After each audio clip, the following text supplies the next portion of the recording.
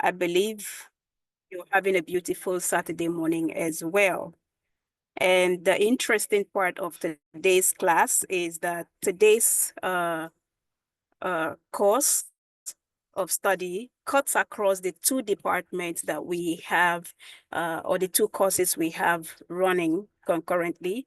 I know in class we have the entrepreneurship and business management students, and we also have the software application development students in class.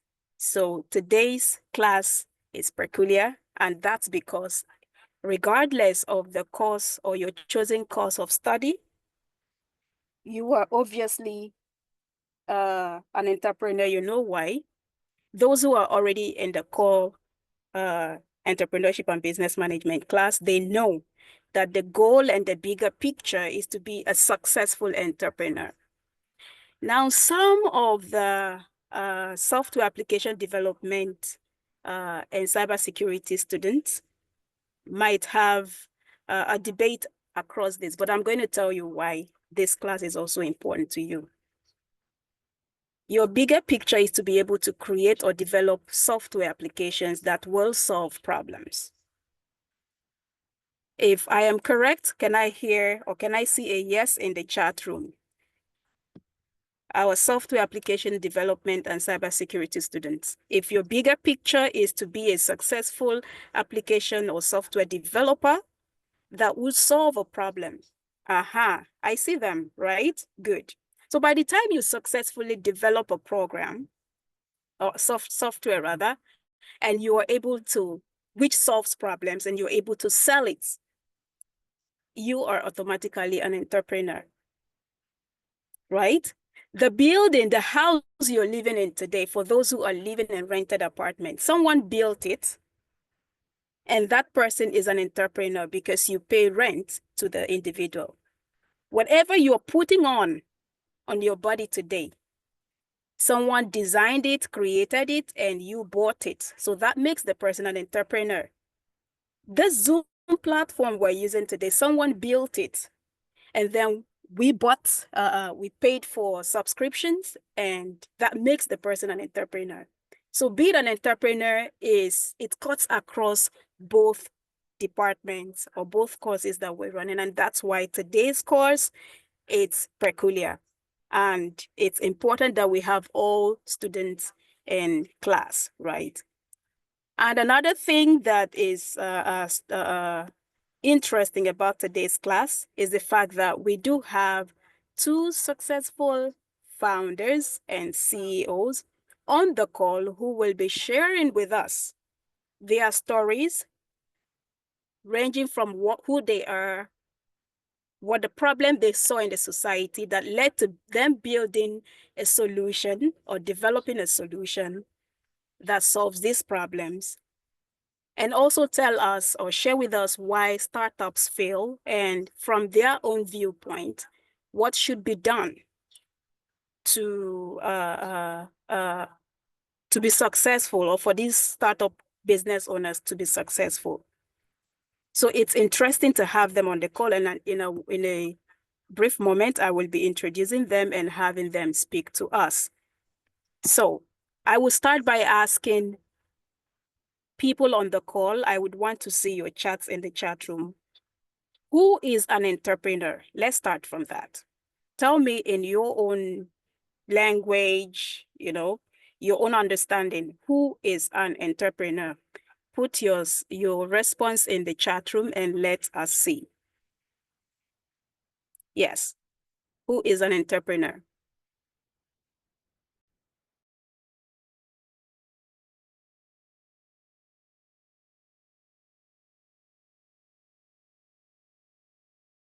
Yes, yes. Can I have your responses?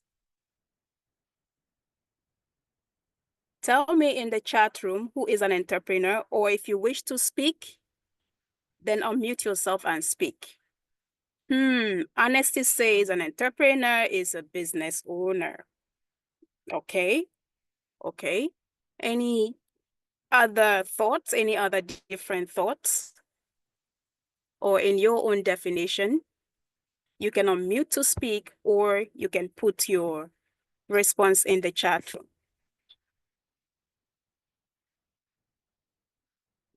Yes, I have over 20 persons on this call, and so I expect to have more responses. So let's have your responses. Rick says an entrepreneur is a person who sees a problem, prefers workable solutions. Thank you. Temi says one who creates a product of value that solves problems. Thank you. Yes, any other thoughts? Any other thoughts? Yes, yes. Let's get two more thoughts and we will move over to the next.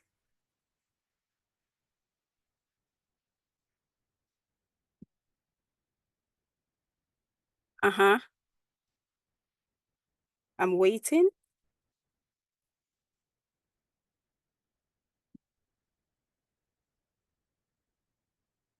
Okay. All right.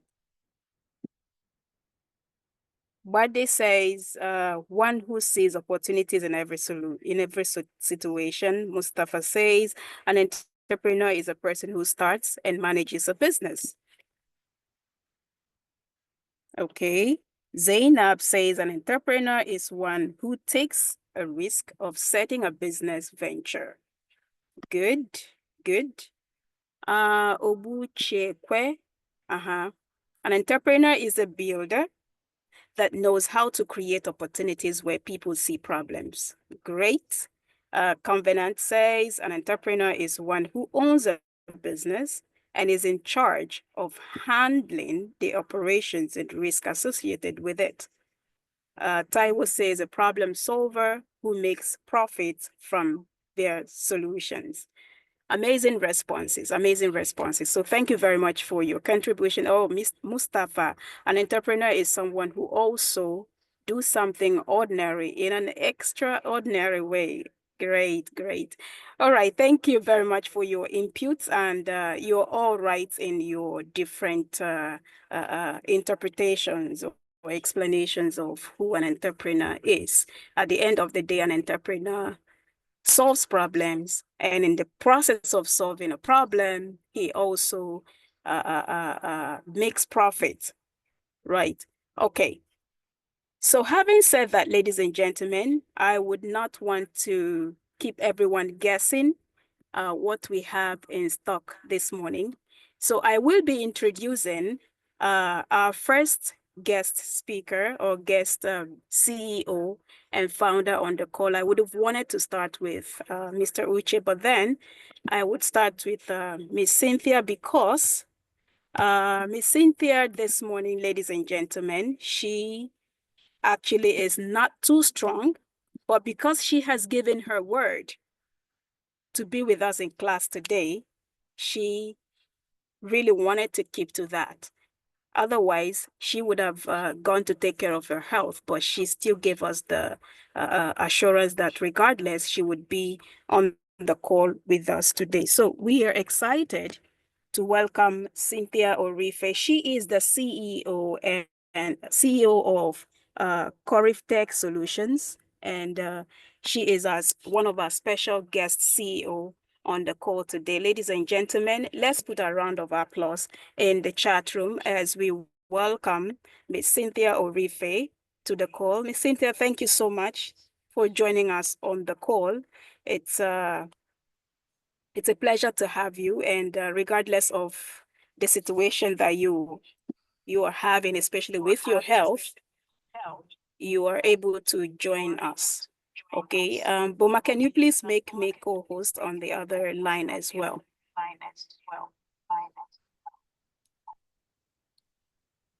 Okay, thank you very much, Miss Cynthia. It's great having you on the call. Can we please hear your voice before we take on the other questions? Hello, everybody. Can you hear me? Uh, Yes, hello, loud can and you? clear. Okay, that's fine. Um, Good morning, everybody. Good morning, everyone. Thank you. So I want to say I'm actually honored to be here.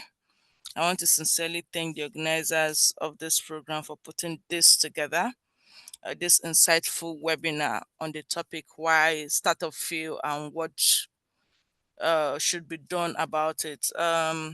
Coincidentally, it's I went to Abuja for a training by NIDA.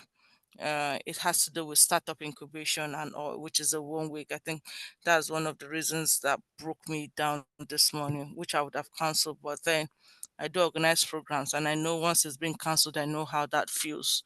So it's not a good thing Oh, to do the same. You get. But then my name is Cynthia Orife, and most people call me Saint. If you check the call, you see the name there is Saint. I am a business strategist. Some will call me an entrepreneur, and most importantly, my core area is data analyst. I am a data analyst and also the founder of Cortech Solutions. So what we do at Cortech Solutions is we do in-demand training and also link you to jobs. We ensure that at least 60% of our trainees get jobs, and for those who don't want to get job, they what's it called? They branch into having their own startup or entrepreneurship. So you can see that is a funnel. Those get employed, those who want to go into business, and those who are so want to go into want to have their own startups. Okay, which we've been running over for, I think this should be our eight years right now. We are based in Asaba Delta State, and we both run online and physical training. So I've actually worked closely with startups, business owners, um, and also entrepreneurs, helping them to navigate their challenges when it comes to growth, stability, and also digital transformation.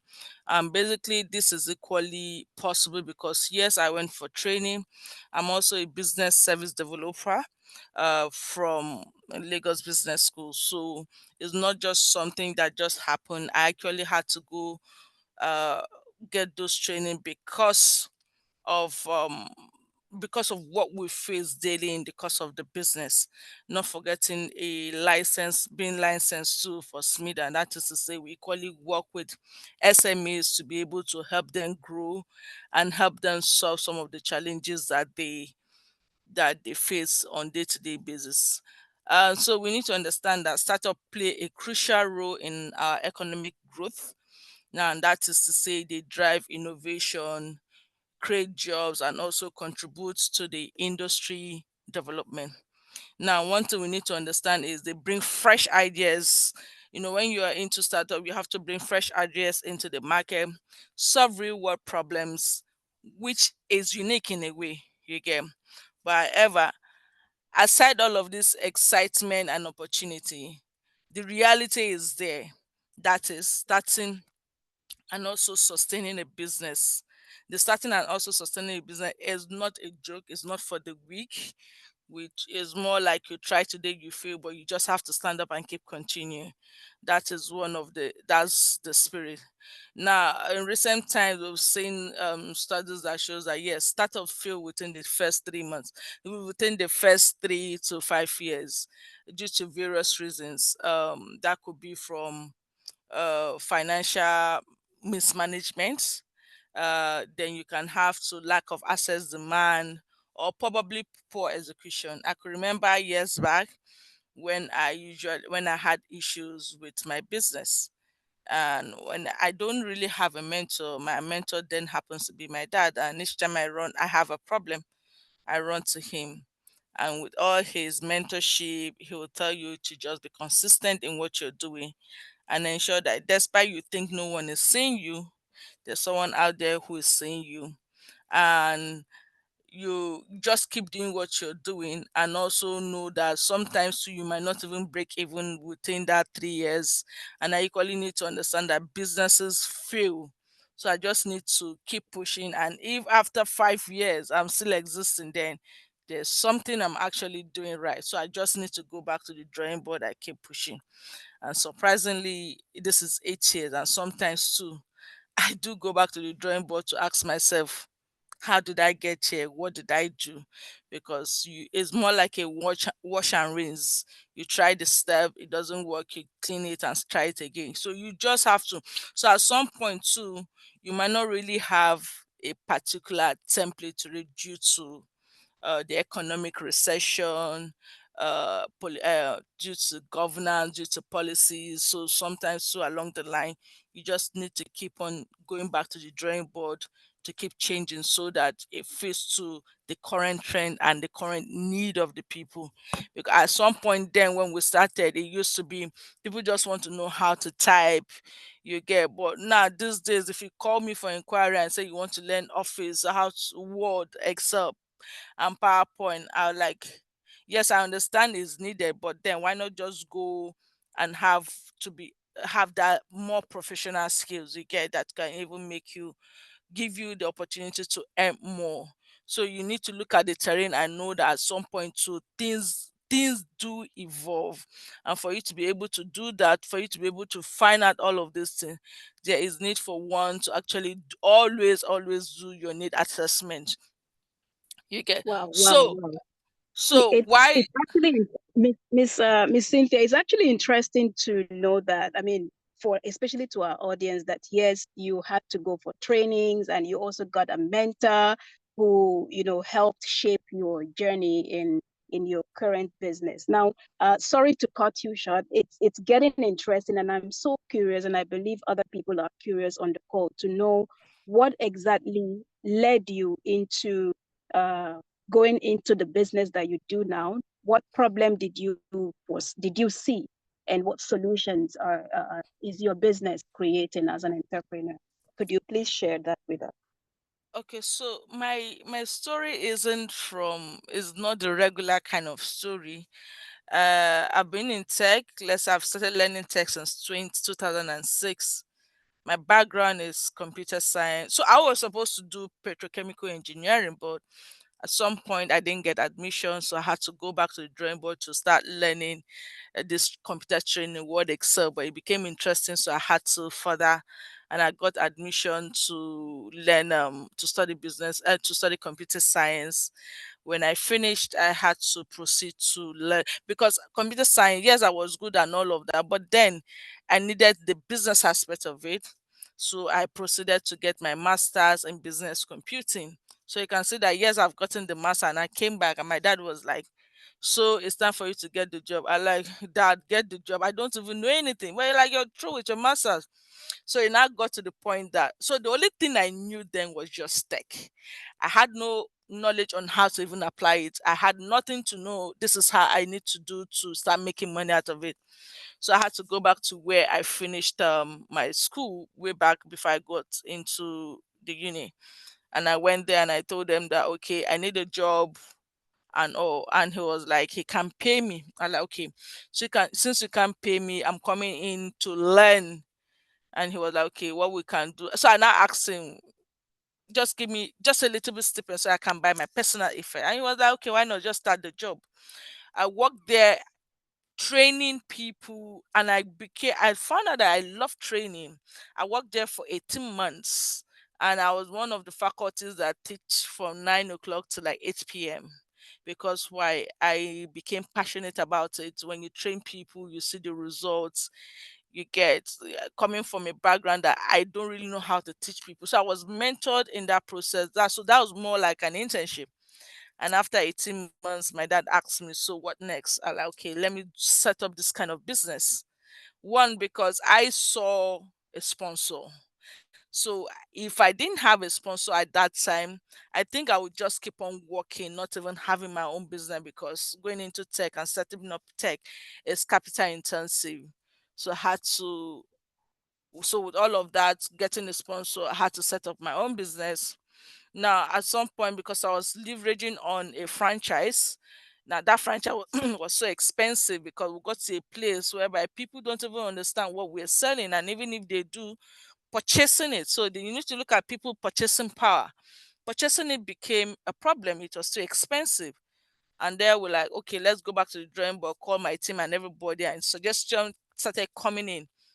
And someone was like, okay, why not let's fly with Corif Tech and ensure that the costs is very low. It's something they can afford. And how can you sell a product when people don't know what it's all about? So we had to start with the awareness campaign, going to schools, doing street road walks, telling people what tech is all about. And then we're not even selling web development and all of that. We're selling something that could be relatable. Come and learn Word, Office, Excel, graphics, and all. So basically that was what we started doing, and we saw improvements. And along the line too, we got what I call a grant when we're working with Pin Foundation, and part of their requirement was you need to train these people and ensure that 80% of your trainees get employed or get the job. And we're like, "Oh, how possible is that?" So we need to go back to the drawing board, and then we saw the possibility of rates. We had to sit down to bring us strategies. So yes, there's possibility, but then how do you make those possibilities a reality? We had to go to the drawing board. Every every team opinion mattered, because we don't believe there's any idea that is crazy, because most times one of the innovations come from the crazy ideas that makes it perfect. And that was when we started the assessment. I was like, okay, yeah, we've gotten a strategy on how to ensure that when we train people, these people can actually get job. And now that is reality. And that's so you can see that I'm part of the team I trained. I think I was the only person without a job experience aside that internship I did. Every of my team member then had worked from one place or they were quite, so the point is they were more experienced than me. But I'm that kind of person. I don't need to come and show you I'm the boss, but the most important thing is that the business has to move forward. So they Wow. came with their opinions.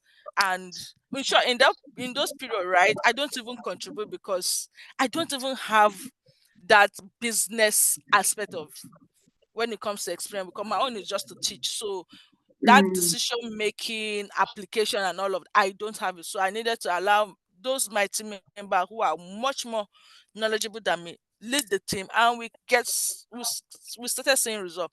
Not that we didn't fail. At some point, yes, we failed couple of times, trust me.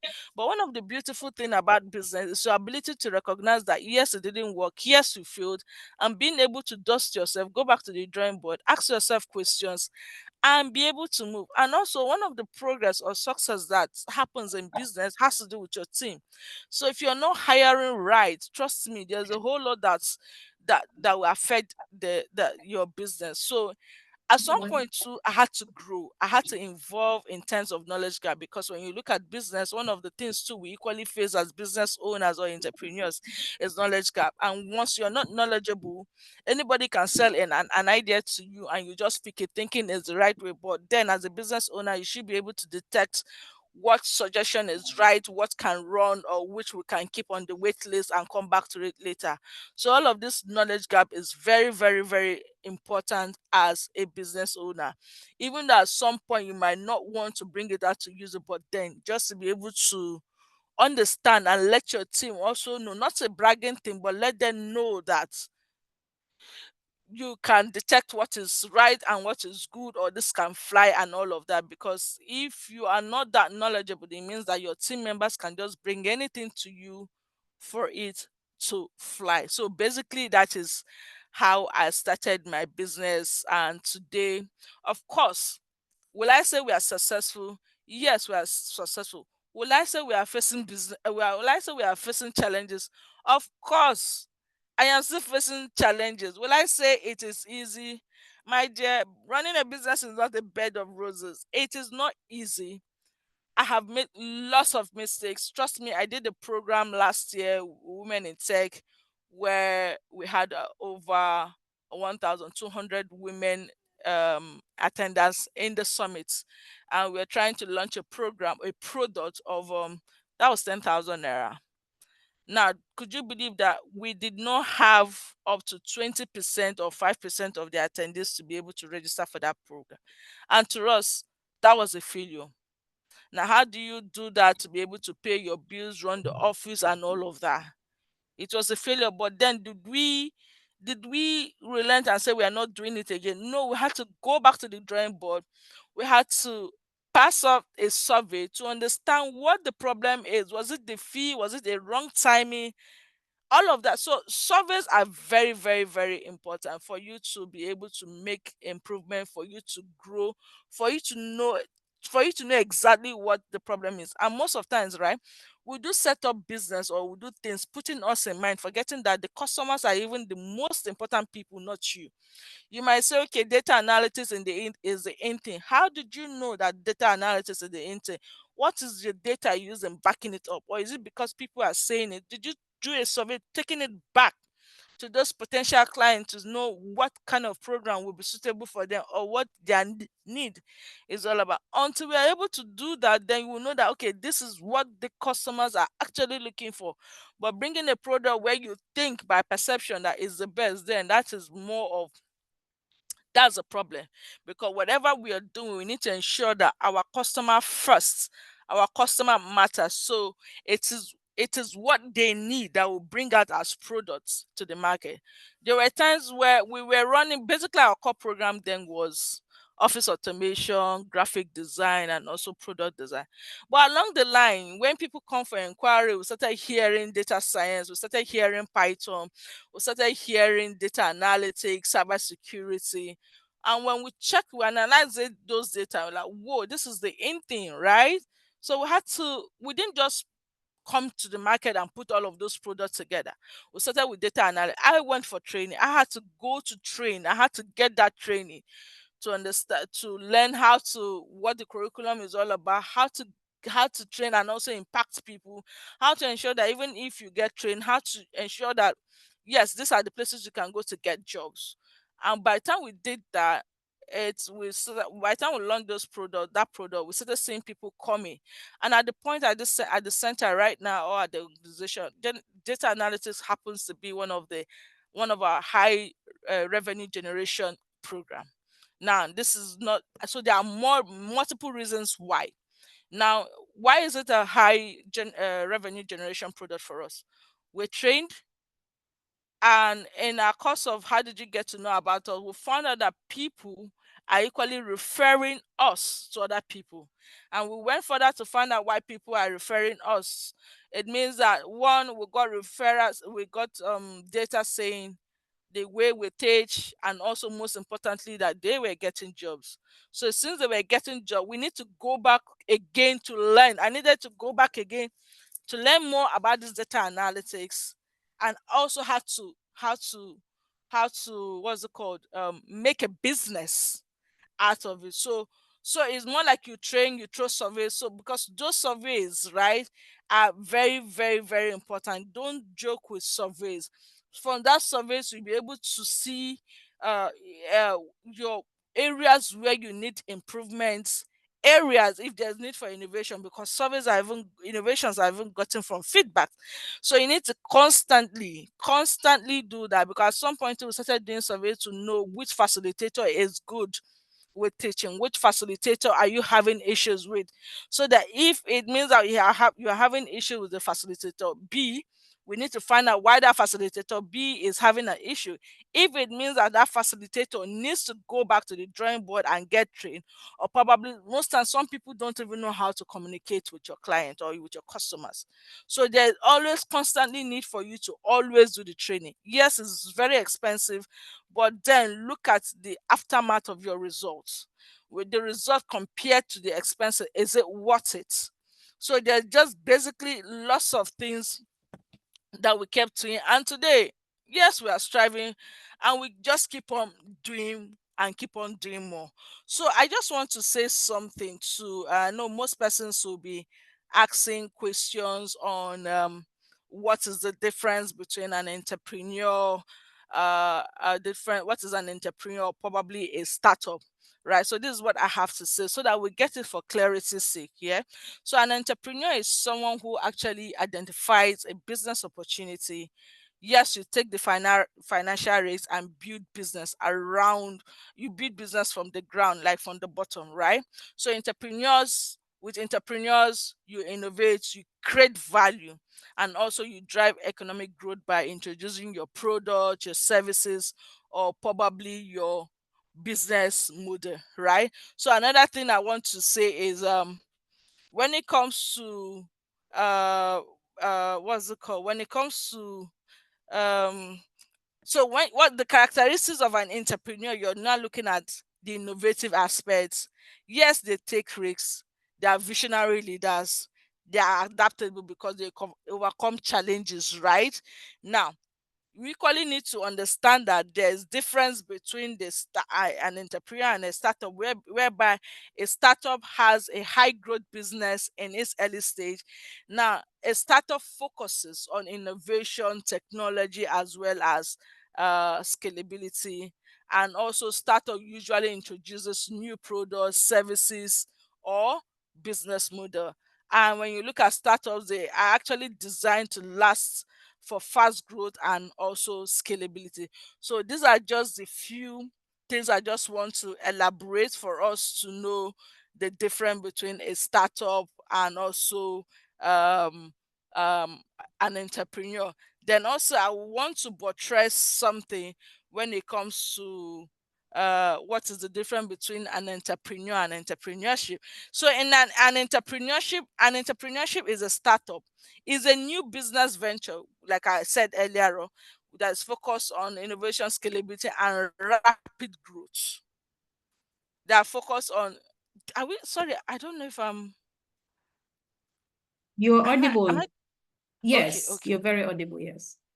Okay, so we just look at it because when you look at entrepreneurship from the, you're looking at so startups. Okay, now let me say, your startup has branch areas surrounding it. So you're looking at the startup from the entrepreneurship aspect, and also startup when you're looking at software development. So if you're looking at entrepreneurship as a startup, it has to do with a business venture that actually focus on innovation, scalability, and your ability to and rapid growth. Yeah, unlike your traditional kind of business that often explore, let's say, new markets. Uh, I'm trying not to confuse you. Unlike our traditional marketing, but when you're looking at the startup, you're looking at new market, you're looking at disruptive ideas. So when you're looking at disruptive ideas, you're now bring going to that side of innovation, because when we're talking about innovation, it has to do with destruction in the sense that not doing it the right way, use not doing it the conventional way. What is that little tweak? You can tweak it a little bit to make it different from someone who is selling tomato in the market. So someone who is selling tomato in the market, which is A, and also someone who is at home selling tomato, the basic difference is I could just go to the app and tell her, okay, I want to buy tomato of 20 naira or 30 naira or 50 naira, because there's an involvement or introduction of some sort of innovation or technology. I could order online, I get my tomato in the let's say 10 to 15 minutes, instead of me going to the market with all the stress and all of that. Why not just pay little for that stress and get the tomato to me? So that is more of a startup, which is different from the regular business um, uh, ways of doing our business. So in this concept, you're looking at innovation, you're looking at scalability, because the business is actually designed, having that innovation, the business is actually designed for rapid growth, often targeting, because you have a larger audience, often targeting a large market beyond your local, or even your beyond your local space, right? So, and also there's high risks and also high rewards of that. Then you're looking at funding, and with such, if you have an investor and you're pitching such to that person, you can see there is high chances and high rate of that person being funded and also getting what's it called was investment.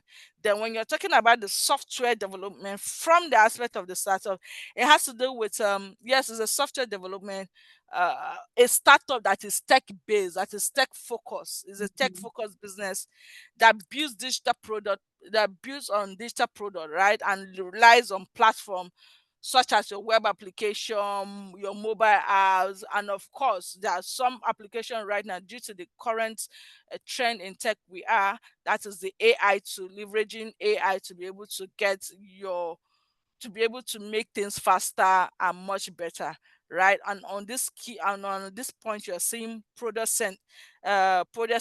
That is to say, the startup is centered around digital products. Now you're looking at your agile development, your MVP, and the likes of them. So basically, this is just the few I have to say. I don't know if there's any aspect you All want me right. to cover, and I'm open to Okay. questions.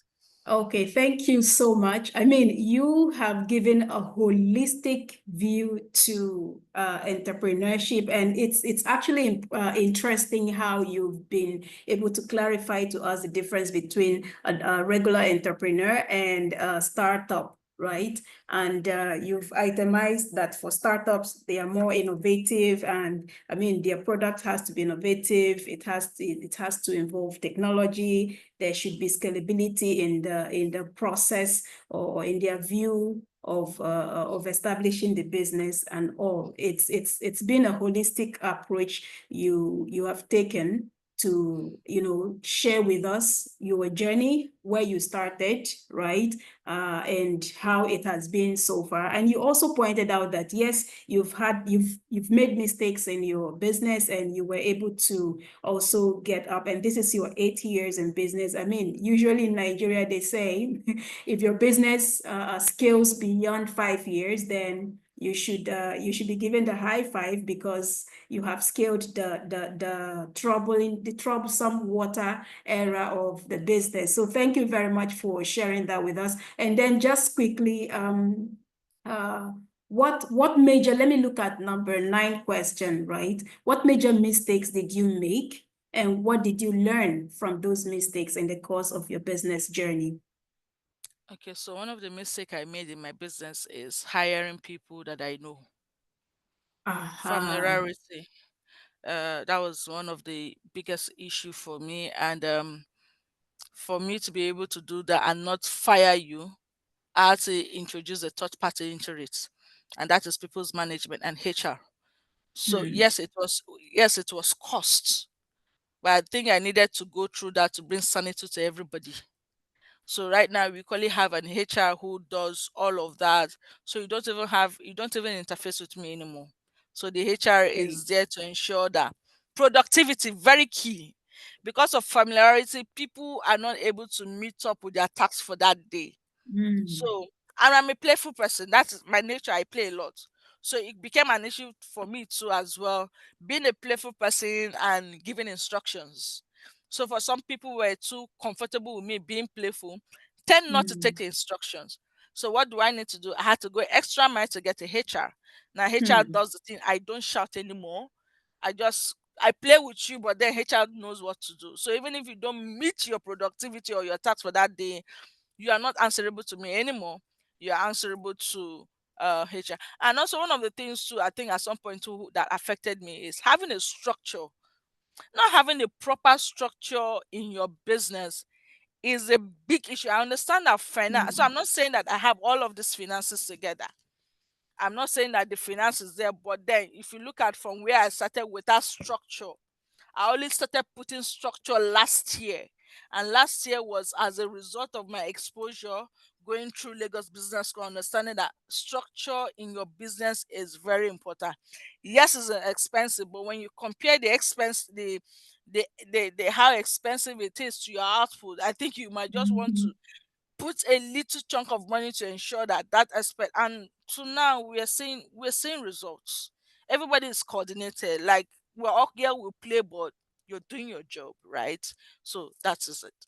Wow, interesting. I mean, this is a key area that most business owners uh, actually get it wrong. I mean, we've at Transformation College, at the management level, we've had interactions with some business owners to understand how they started off with their business. And this is one of the challenges when you hear them speak that, oh, when they started with people they know, family members, and the stories. Not, I wouldn't want to say in all cases, right? Because some people might really get it right with starting with business, I mean, with family or friends, but in most cases, experience from these founders, and like we've heard on the call, right? Starting with family members or people you know when you're starting your business most times do not really augur well for the business. And thank you for pointing that out. And I believe that though everyone on the call, especially the aspiring entrepreneurs or even the entrepreneurs themselves who are on the call, have taken note of this. It's important to have structure, and you are able to run a seamless business model that you would be happy with the result at the end of the day. Thank you very much, Ms. Cynthia, for sharing your thoughts, your stories, and your insights with us. And we are really grateful for having you in class, regardless of your health challenge this morning, but you've really spoken extensively. So thank you very much. Let me take one or two questions from the people we have on the call. Do you have one or two questions for Miss Cynthia before we say thank you to her and let her go get some rest? Any questions from what she has shared, her story? If you have any question as an entrepreneur or an aspiring entrepreneur for her based on what she's shared with us, please put your question in the chat room or unmute yourself and ask before we call it a day with Miss Cynthia. Any questions? Yes, do we have any questions? Hi. Okay, hello. Hello. My name is Olubenga Jiwale. Okay. Hello, Benga. Hi. Yes, please go ahead with your question. Okay. Thank you. Thank you, Miss Cynthia. Is it Mrs. or Miss? I'm so sorry, I didn't get that. You miss, please. All right. Thank you. Thank you so much. All right. So, as an aspiring entrepreneur, I understand that, like you have said, survey is important. Making decision on data driven. So, I want to ask, in a situation whereby your client does not want to fill your survey or something, how do you make them do that? Okay, now basically, right, the truth is you need to let people understand the importance of service. I've gone to training a couple of times, even the one we just finished last week. They had to make us understand that you need to fill this survey, one, to help you and to help them.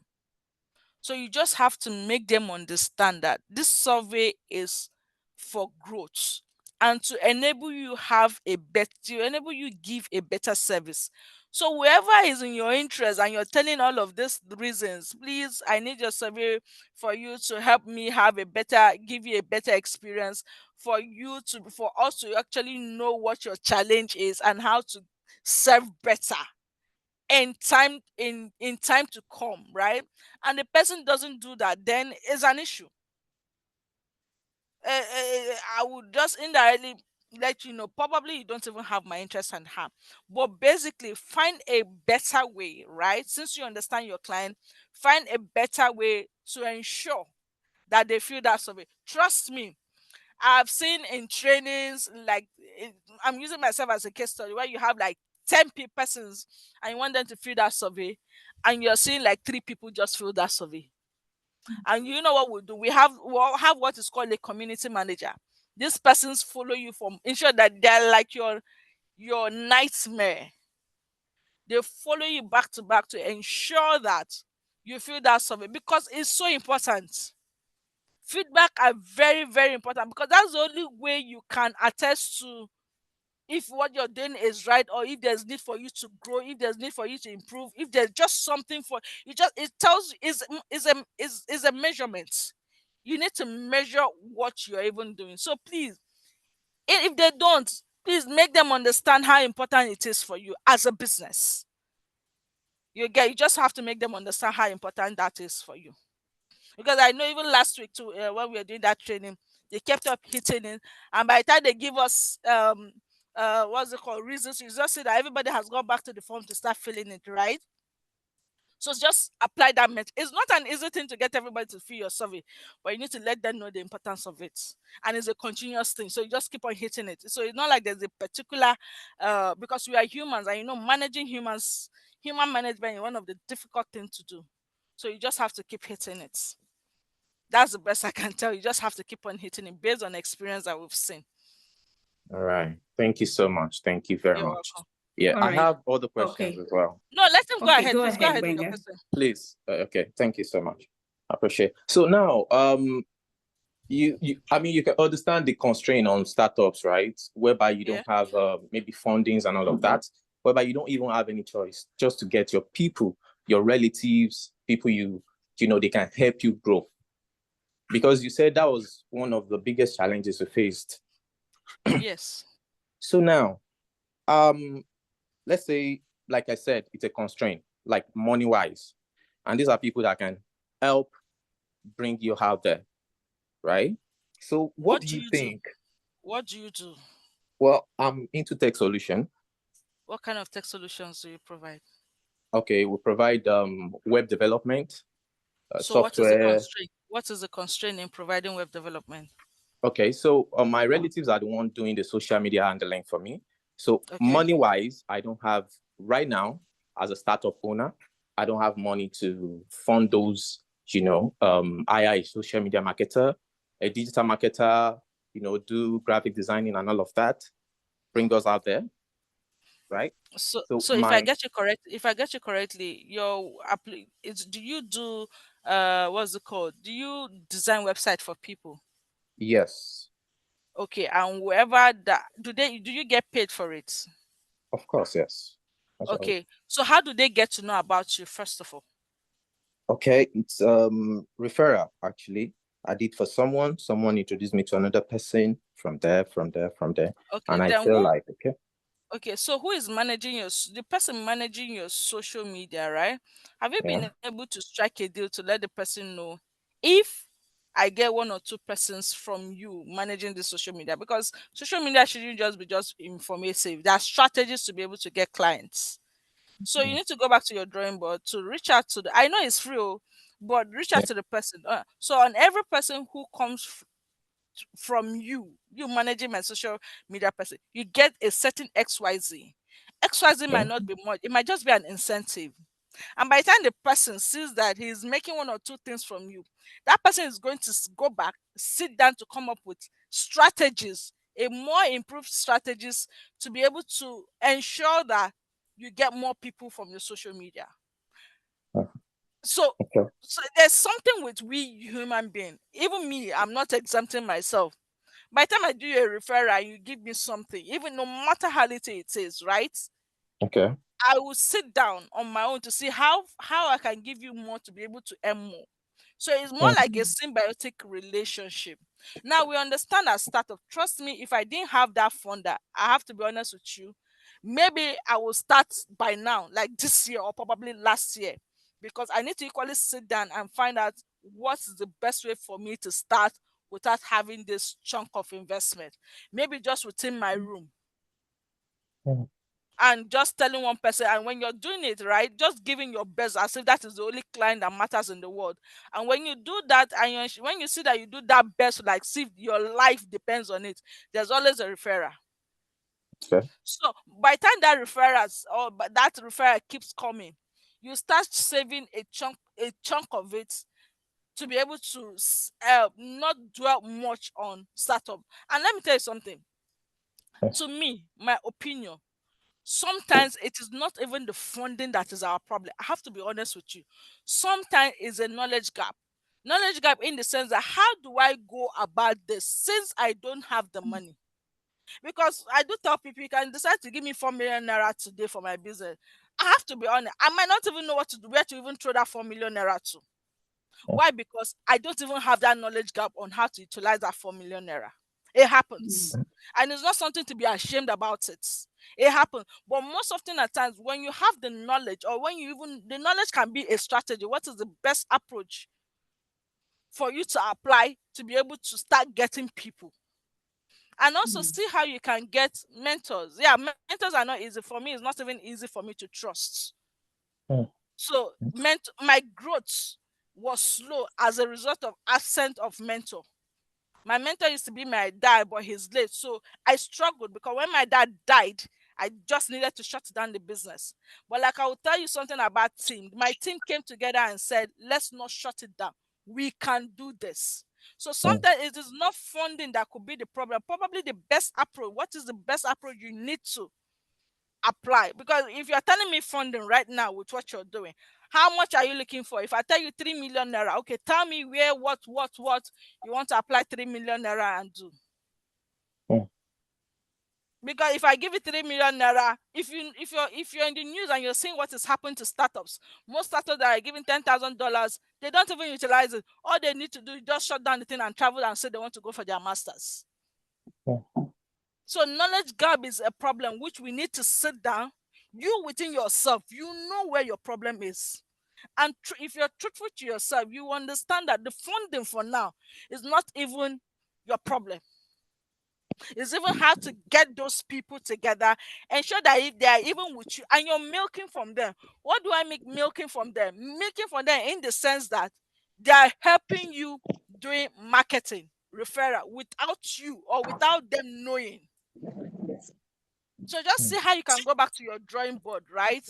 And look for strategies to apply. Trust me, you'll get a solution. And at the end of it, it is not really funding that you actually need at this point. Thank you so much. You're welcome. Thank you so much. All right. Thank you very much. Gbenga, is that all from your end? Yeah, that is all from my end. Thank you so much. Okay. Thank you. I appreciate Okay, it. thank you very much. All right, Miss Cynthia, we have a question in the chat room, and I would read it out. It says, how can someone get financial support to start it right? Or does it not matter how someone starts his business?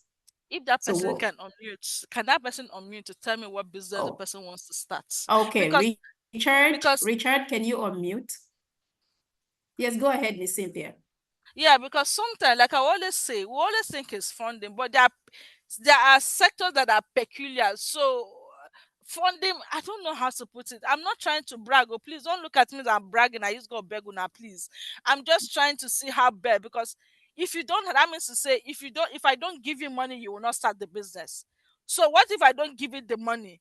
How then? Because sometimes we need to look at the passion aspect of it. How then can we start little?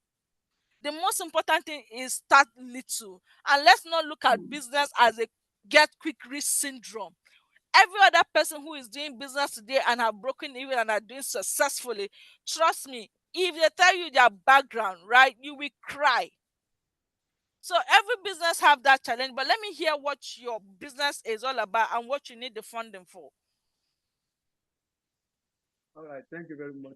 It's computer hardware and accessories, space and support. Okay, computer. Okay, that is actually capital intensive. Because when you're talking about hardware, that is actually capital intensive, right? Now, let me see. Let's look at a situation whereby you can, how will I put it? Have you been able to do your business plan to actually find out how much you need for this business? Because sometimes too, business plan is very important to know. It dissects it to know what you actually need to get started, how much you have first to get started, how much support you need from other people to push you to get started.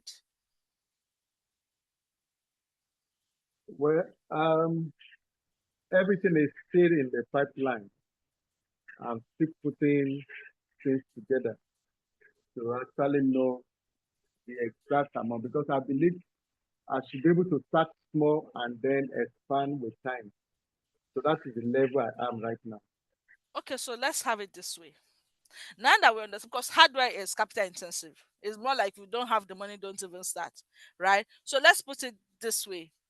Do you have something doing that without finance or without funding, it will help you to start that business, let's say between the duration of maybe 2-3 years or even 2 years? Do you have something to do? Yes, I'm an IT professional. Okay, so, since you're an IT professional, what area of the IT do you do? The technical support. Fine and good. Technical support. I want to believe that has to do with what's it called? Laptop repairs and maybe laptop sales, right? Yes. Okay, let me tell you something that I used to sometime when I noticed a demand in my center. Personally, when we enroll people and they say they want to get a laptop, if the laptop is, let's say, 150,000, right? What I charge that person with the amount they'll send it from Lagos to Asaba, I'll put in my money and I'll tell them 200,000. And I'll give you reasons why. It's UKUs. And I'll give you reasons why I am the best. I am the right person to get it for you. And you get it within 2 days. And my contact in Lagos does not fail me because you understand the business aspect of it. Now look at me. I don't have capital. The only thing I had was access to people. And I had to later stop because I became so busy traveling here and there, so I will not be able to meet up to demand. So I just stopped. Now, if you look at this point right now, I don't even have capital at all. I just decided to look for strategies to help me see how I can. So if I continued it right now, I could have gotten a whole lot to even say I want to start up in that business, but I don't think I want to even start up that business. I will just continue with these little strategies I'm doing. Do you understand why I say sometimes it is not the funding that is even the problem? It's just for us to sit down and see how we can apply strategies in getting what we need. If I did not have a sponsor, trust me, and I have a laptop, probably I'll only be doing online training. I will only be doing, because even at the office right now, we work 3 times in a week. Thursday, Friday, we don't do anything. The center is shut down. Everything is online. So you need to go back to the drawing board. If you are doing a consultancy, you need to find a reason why. Give them value. The most important thing too when it comes to customer retention, right, is value. What value are you giving? When it comes to integrity, how trustworthy, how can people really rely on you? When you say it's 2 a.m., it's 2 a.m. I don't know if this answers your question. Yes, I'm getting what you're saying. So just see how you can sit down, look inwards. And so sometimes some of our problems, right, it could just be applying the right strategies to unlock a certain point. If you're into catering or you're cooking, you say you need a restaurant. We know people. We have startups who just cook from home because they cannot afford to rent a shop to buy all the big equipment. So why not just use my house and the little resources I have at home and start cooking? So it's just little strategy. Let's look. Even me as an organization, trust me, there's some resources we don't know how to burn it. Like, okay, like now in the office, we say we are looking for an accountant, we are looking for an operation manager. I cannot pay an accountant, I cannot even pay an operation manager. I had to combine the two positions, right? For you to be able to meet up to the kind of salary you want, do the work to measure up to the kind of salary you're looking for. There are just little strategies, and ensure that your working environment is not too stiff, right? Ensure if your working environment should not just be stiff, money. Sometimes care about your staff. Sometimes most people in your organization, all they just need just care, show concern, be empathetic. I don't know if this answers, please. Yeah, I think it's Okay, all right, thank you.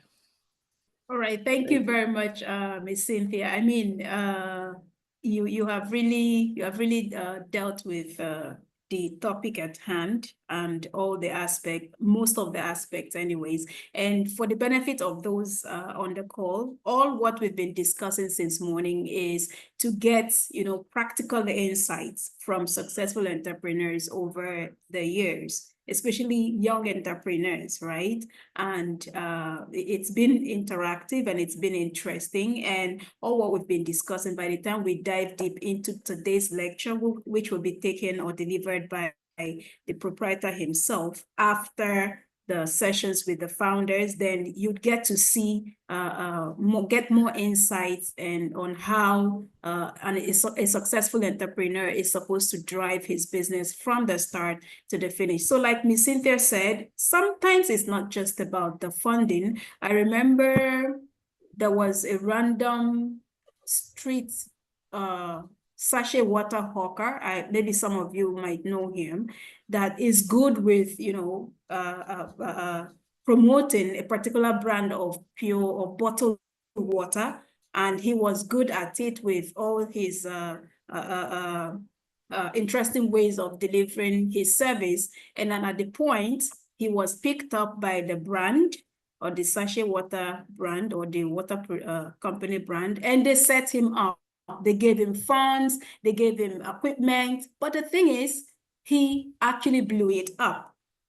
So he didn't know what to do with the funds, how to go about it. So sometimes it's all about strategy, putting the right strategies, starting small and, gradually climbing or scaling the business. Sometimes it's not just about the funding. Funding is important, finance is important, but you have to have the right strategy to be able to, scale the business eventually when you get the funding. So thank you very much, Ms. Cynthia. It's been interesting listening to you share your story and give us your insights.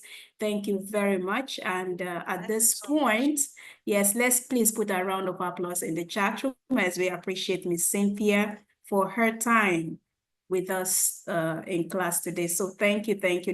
Let me see your round of applause, please, in the chat room. All right, while we move over to interact with the next guest CEO and founder that we have on the call. So thank you very much, Ms. Cynthia. Okay. Thank you so much. You're welcome. You're welcome. Do enjoy the rest of your weekend. So, ladies and gentlemen, yes, at this point, I would like to introduce the second guest CEO and founder on the call with us this morning.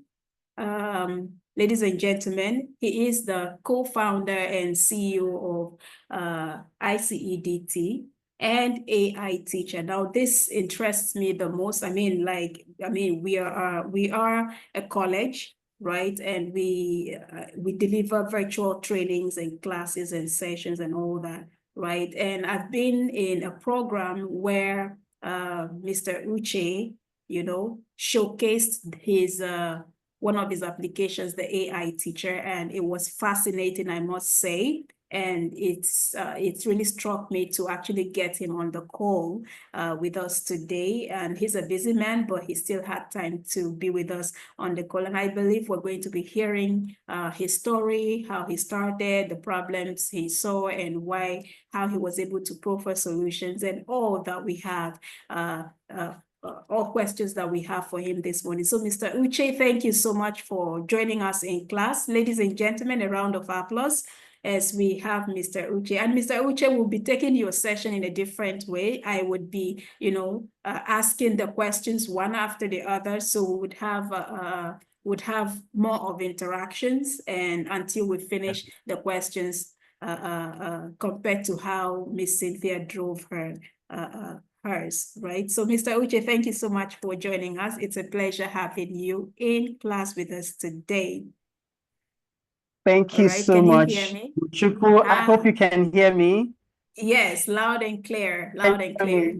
Awesome, awesome. Thank you so much. And I want to thank everyone right with us, joining this conversation. I'm excited to be here, and you can expect, of course, to hear my story and how we got to where we are today. So I really appreciate being here. Thank you so much. All right, you're welcome. All right, so let's start with tell us who you are. All right, tell us who you are, and then tell us your background, probably your education background, and when you got into business. Thank you so much. Thank you once again. My name is Uche Nwobi. I'm co-founder ICET, that's International Community for Educational Technology, and also AI teacher. I'm an entrepreneur and, of course, leadership mentor. I'm also an educational technology consultant. I'm a global EdTech expert trainer. I work with Microsoft as global training partner. We started out in 2019. Of course, we still work with Microsoft, to train teachers across the country. I'm also co-founder of CS Force Lagos Edu Consults. Those are the organizers of 21st Century Teachers International Conference. And we've done about 28 conferences across 23 states in Nigeria. I mean, going to places where ordinarily people don't want to go to train teachers on how they can use technology to transform learning. Of course, like I said, I've been a classroom teacher for about 26 years, and of course, school administrator. All my life, I've been an educator, I've been a teacher, right?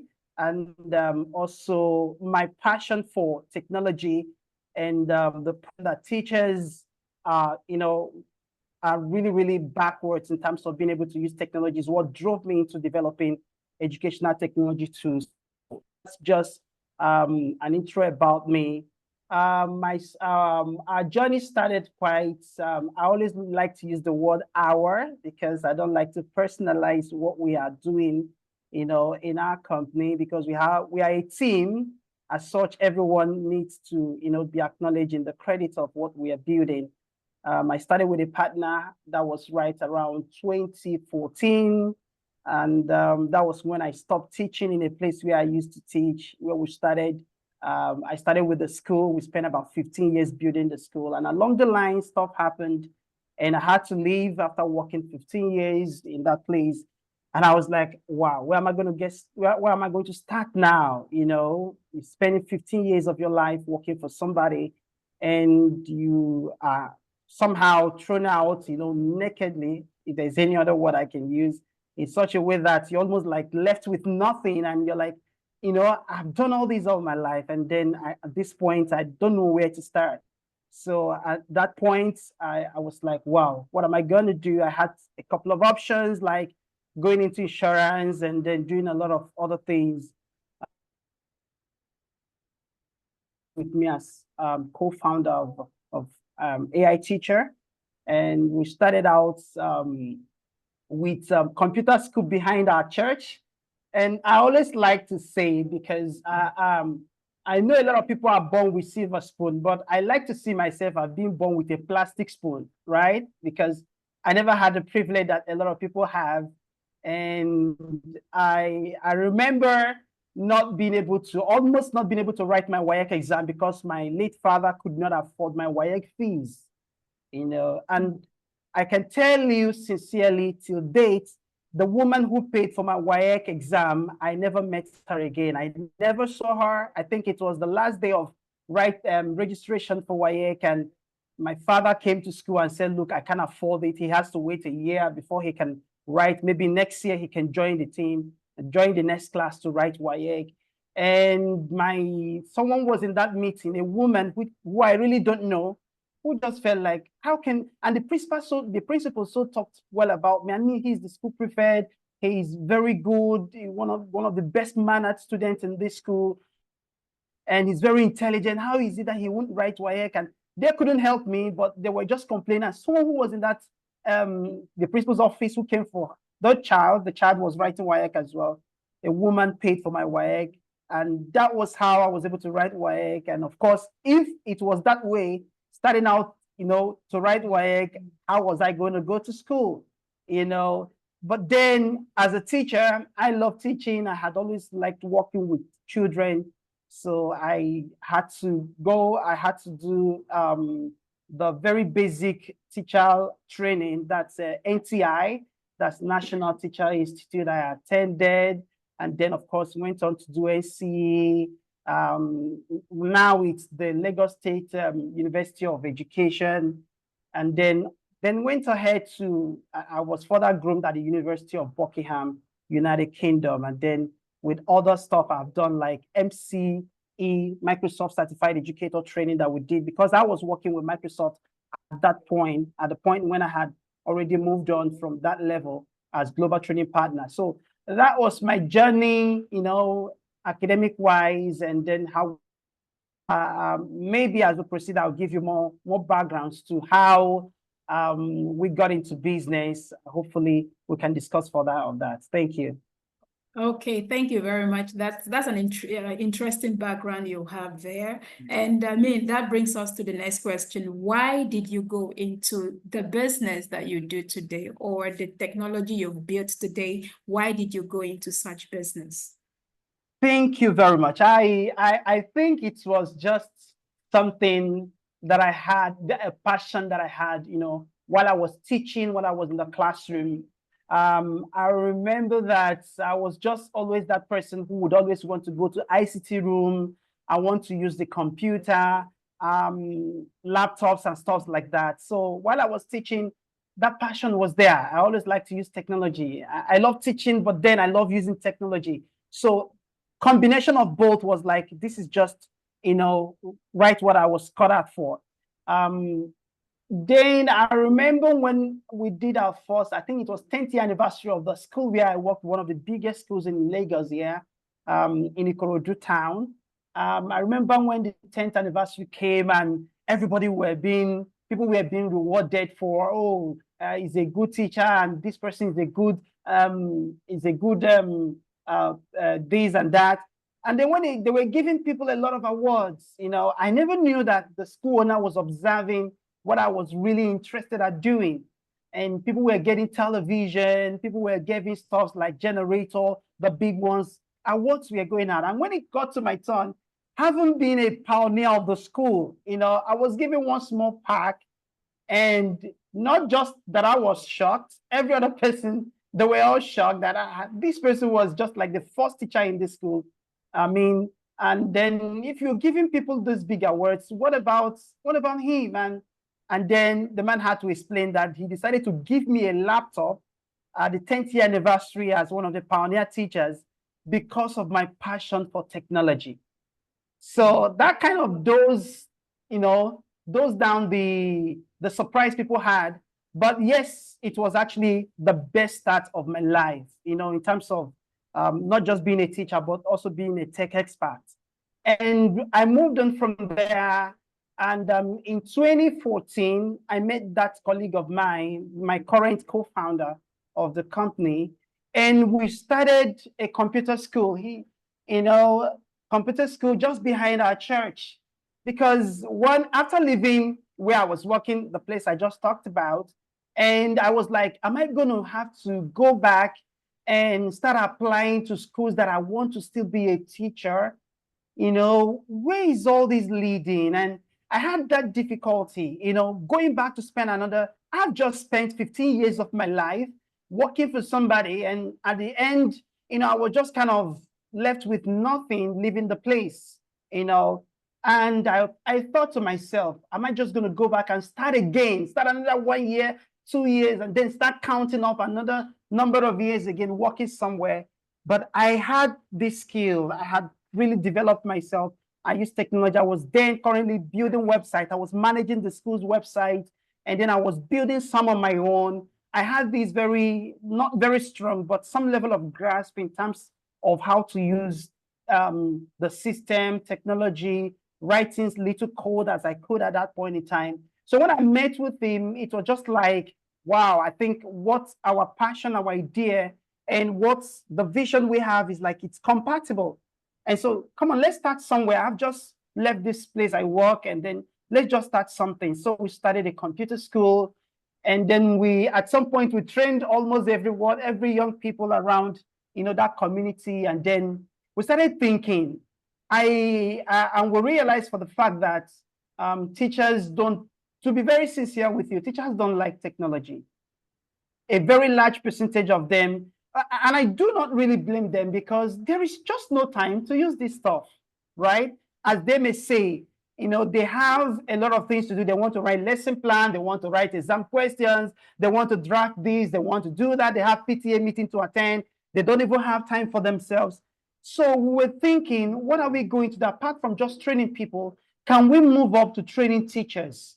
And that was how CS First Lagos was born. And then we moved up from just training children, training students, to training teachers. Our first conference was in Ikorodu, and we had a kind of stampede conference, if you would like, because we just had a 500 capacity hall filled with about 1,000 people. People just wanted to attend. We had started working with Microsoft as global training partner, and we wanted to see how we can impact more people with our tech skills. So that was how we started with our first conference. And at that conference, it was just like people traveled in from every part of the country. And then those that came from Port Harcourt, like Mr. Uche, you've got to come to Port Harcourt. From Abuja, they were like, come to Abuja. We will need this conference in Abuja. And you know, just like people were dragging us here and there, you have to come to our state next, you have to come to our state next, teachers need this training. And that was how we started training teachers around and across different parts of the country. Then we met with a problem because we knew in our interaction with teachers, we realized that, yes, at the end of the day, we asked them, do you understand, do you know how you can use Microsoft Teams now? How you can use OneNote to draft your real-time lesson plans and administer lessons? They said, Mr. Uche, how can, you know, we have a lot of things to do. We write lesson note, we write lesson plan. There's just not enough time. If only we could have a way of reducing this amount of work that we do so that we can now concentrate on learning to use these technologies. And that was where we got that idea that what can we do? What can we do to reduce the administrative tasks, the stress that teachers spend on administrative tasks that make them not be able to use technology? And all along, as we were like planning something, we came up with iSet. If you check iSet.org, we build a teacher, an education center where people can come and interact and have connections in terms of learning, a community of teachers anyway. So we thought that was going to help, you know, solve that problem. But it wasn't because there were a lot of things that we had to do manually, and we couldn't automate most of the processes. So that was what gave back to, around that time in 2019, 2020, after we had this second Lagos conference, that was the advent of AI came in, and we're like, okay, so what can we do? What can we do? We can use AI to automate this for teachers, automate that for teachers, create tools they can use, and boom, that was how we jumped into it. So we saw the problem firsthand, haven't had these connections with teachers, haven't organized conferences across all the geopolitical zones of this country, you know, even online, globally, and we saw that that was a major problem. Teachers were really being burnt out with the amount of tasks they have to do. So it was a problem. So the first step into moving into this business was that we saw a problem. So for you to really say you are an entrepreneur and that you're going to build a startup, I love the background Miss Cynthia gave. You know, fantastic job she did. In fact, she laid this foundation for me. You know, having explained what it means to be an entrepreneur and what it means to now advance to having a startup, right? So we started out as an entrepreneur, but in the process, we had to automate the processes. We had to now build a business, a system that will scale eventually. And just as we are trying to scale the business, so we realized that, okay, we can build this. We can do something that can solve this problem. And that was how AI Teacher was born. So simplify administrative tasks and provide an AI-powered LMS right now. Not boastfully, but I can say that AI Teacher is the first African AI-powered LMS right now because we saw a problem and we decided to solve that problem. So that's how we got into the business. Thank you. Oh, great. Talking of which, I mean, we at Transformation College, we have scheduled a meeting with Mr. Uche for Monday because by the time I took a look at his application or the application that he has built, the AI Teacher, it was something that fascinated me, and we'll be having a meeting with him. On Monday. And simply put, he saw a problem, you know, and he came up with a solution. And that's who an entrepreneur is. You see a problem, you come up with a solution, and you also make profit from it, whether you're just an entrepreneur or you're an entrepreneur or you're a startup, whichever one works for you. So thank you very much for sharing that with us, Mr. Uche. And then I would move over to the next. Yeah, you've already explained who are your customers, basically teachers, because your application, teachers or school owners or educators, whichever one you call them, right? So, okay, so we've seen, we've understood who are your consumers, right? And then what area, when you started off, let's focus now on AI Teacher, right? So what areas did you struggle with? right? What areas did you struggle with while you were setting up or you were establishing AI teacher and all that comes with it? What area did you struggle with, and how did you overcome these challenges? Thank you so much. Starting out with CS First Lagos and then transiting to AI teacher, those challenges are still there. You know, an entrepreneur will never tell you that he can or he has totally overcome the challenges of the system he's building, right? So we're just trying to continue to improve on it. One of the areas that we have very strong challenge in is the area of getting teachers to use technology. It was a very tough thing, you know. It was very tough because you organize conferences and you tell them a lot about how they can use technology. They just go back and resort to the normal routine. You know, they still do the normal things. They would not use these things that you teach them, you know, to actually do something very reasonable. So over and over, we just keep seeing that play out at all of our conferences. They just come. They will like the entire thing. You know, it's just fascinating. Wow, so I can have live class when I learn how to use Microsoft Teams, and then I can do this, I can do that. I can even have real-time interaction with OneNote if I'm using Microsoft technologies. And when they get back to school, they just go back and keep doing the same thing. So it's a huge challenge. I don't know when it's going to go away, but it's a challenge we met there, and we are continuing to experience these challenges, you know, they are still there. But in building AI teacher, apart from, you know, interacting with teachers and building technology for them, we had other area of challenges like being able to get the right human capacity that we require. You know, we're building AI-driven technology, so we need to get people who are expert in machine learning, those who are experts in deploying APIs, you know. Just to say, AI teacher is built as a combination of all AI-driven APIs, right? We have OpenAI integration, we have Gemini integration, that's Google, we have Claude integration, we have Copilot integration. So all of these come together to produce the kind of tools that truly support teachers and help them to reduce burnout and the time they spend on administrative tasks. So I would say that this challenge is about having the right set of people to key into your vision. And I'm going to talk about that, why startup fail. You know, most startup fails, because if you look at it, the statistics says that over 19% of startup fail. That's huge. It kind of sends a very tough signal to anyone who is a startup or who want to go into a startup. You're an entrepreneur and you're looking to scale up to being a startup, and of course, continue to scale your system. It's a very tough thing to think about, that 90% of this business I want to do fail. So it's not just to scale, it's to help us understand that some people have worked through this. At least there is a 10% that have succeeded, right? So what is it that those 10% have gone through, and they were able to maneuver those pitfalls, and they were able to succeed?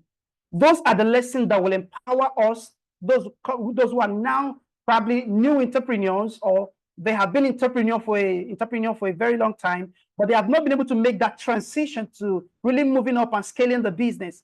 So I'm going to look at that basically, but I would just say that the challenges will always be there. You just have to keep looking for how to reinvent the system, how you will continue to, like, I deal with teachers and I know the problem that teachers have. They don't have time to use technology. So what do? We keep retraining them. That's a strategy to keep putting this technology in their faces. No, this is what you can do. Do you know, with AI teacher, you can reduce the amount you spend. You spend about 2 hours writing lesson plan, writing lesson note, drafting examination question. You can now do it in 1 minute maximum. It's actually in split seconds. And you know, I may not be like, wow, okay, so that's good. That's too good to be true, but I'm going to try it. What do I have to do? So these are just the challenges. And as we keep working through it, we are hoping that very soon, because that's our vision. Our vision is to ensure that every teacher all over the world can use technology. That's a huge one, but we know we'll get there. Thank you. All right, great, great, great. I mean, everybody knows, or most people know, that teachers are overburdened with a whole lot of activities, and having an application that would simplify their administrative task is a deal breaker. And that's definitely going to solve, or is solving, their problems as we speak. Okay, so interesting. Now let's look at what major mistakes, because some entrepreneurs, I don't want to say all, but some entrepreneurs in the line of in the journey of their business establishment, they make one or two mistakes. There might be setbacks and what have you, but they were able to scale through. So what major mistakes did you make, and what did you learn from them in the course of establishing or setting up your business? Thank you so much. I'm just going to dive into that question. I will be a little bit general, then I'll come back and talk about personally the mistakes that we've made and how we were able to overcome those mistakes. Number one problem that entrepreneurs or startups make, that really caused the supposed failure that we're talking about, is building something no one needs. You can get married to an idea. Many of us, many entrepreneurs and startups just love the idea. They have so much. They get married to the idea that they are not even sure if what they are building, whether people will use it, whether people need it. And that's a huge problem. Many startups just build something. I love this. I think. No, you've got to validate your ideas. When we started building AI Teacher, we got about 400 to 600 people, I think around 400 plus, into a WhatsApp group. And these were both teachers and school owners, school administrators. We got lecturers, or even dean of faculties of some universities we have trained over the years. We got all of them right into a WhatsApp group. And we asked them, this is something that would think, this is a technology we intend to build. This is an idea we have. I know you guys, you've complained about how you are burned out and you're not able to actually use this technology. You've complained of, schools not really willing to buy or pay, obviously because some of these technologies are quite expensive, like Microsoft Office 365. If you're not using the free version, you pay thousands of dollars to be able to use this. So schools, in this part of the world, find it a little bit difficult to afford such kind of technologies, in the school. And then even when they are able to, procure one, teachers don't have enough time, to actually use this technology. So we got them into the WhatsApp group and we said, this is the idea. What do you think? Do you think this will help teachers? We've heard your part of your pain point. We have taken down your pain point. This is what we want to build. Do you think this is going to impact? And we took their views, we listened to them, and we look at the dynamics of the ideas and how they felt about what we're going to do. And once we were sure to about 80 to 90% that this was an idea that will impact education and that this is a product that teachers would like to use, one, because it's going to lessen the burden they have. Once we had that lead that this is going to change the game, we started building. So that's one of the issues. You must make sure what you're building is what people really, really need. All right. Initially, when we started out with computer school, we just felt that people would need it. But at some point, we realized that, yes, just some people and all of that. So, but as we started scaling up, trying to build more, we realized we need people's validation. We need teachers' validation. People to tell you, yes, this will solve real life problem before you jump in. So it's one of the things that we faced. And to surmount that, we had to get people together, professionals, people who are supposed to be our customers, those who will pay for AI Teacher. We got them together, and then we took their views, we took their validation of the product, we built an MVP, we asked them to try it out, all the premium features for free. Let them try it out. So they got in there, they used the classroom tools, they used the assignment tools, they used the report tools, they used the generation, the generic, the normal generation tools. And they were like, yes, yes. Where they had some difficulty, they pointed it out, and we started working on ensuring that the tools were quite effective and that they can solve the problem. So that's the number one problem, we faced, and generally entrepreneurs and startups, they face the same problem today. Number two is that in the process of growing your business, you've got to be sure on how you spend the little money you have, right? Some startups or entrepreneurs get little funding. The first thing they have to do is to go buy an iPhone, or probably go extend and just get a very big office, buy a big car, right? Or a big house, on small money they have. So you have to be sure that what you're spending money on is relevant, is important. You have to really, really scrutinize your expenses. Otherwise, you're going to run out of business very soon, right? You always think, entrepreneurs and startups always think that there will always be someone to invest, right? There will always be somebody to bring more money. If I finish spending this money right now, someone else is going to come and invest, or I can go back to those who formerly invested and get more money and keep spending money and keep it.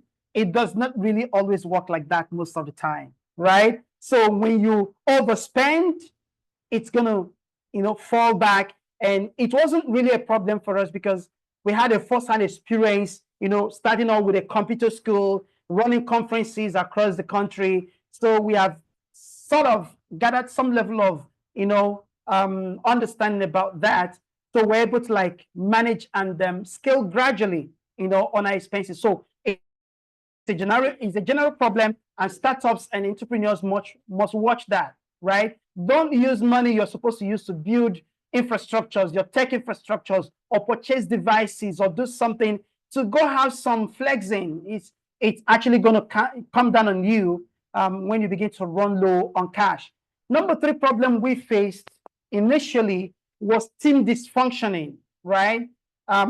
If you don't have, think about it like this way. When you're building a team for a product or for a service, don't just try to build a team, build a tribe, right? A tribe is a group of people who really have a culture of operation.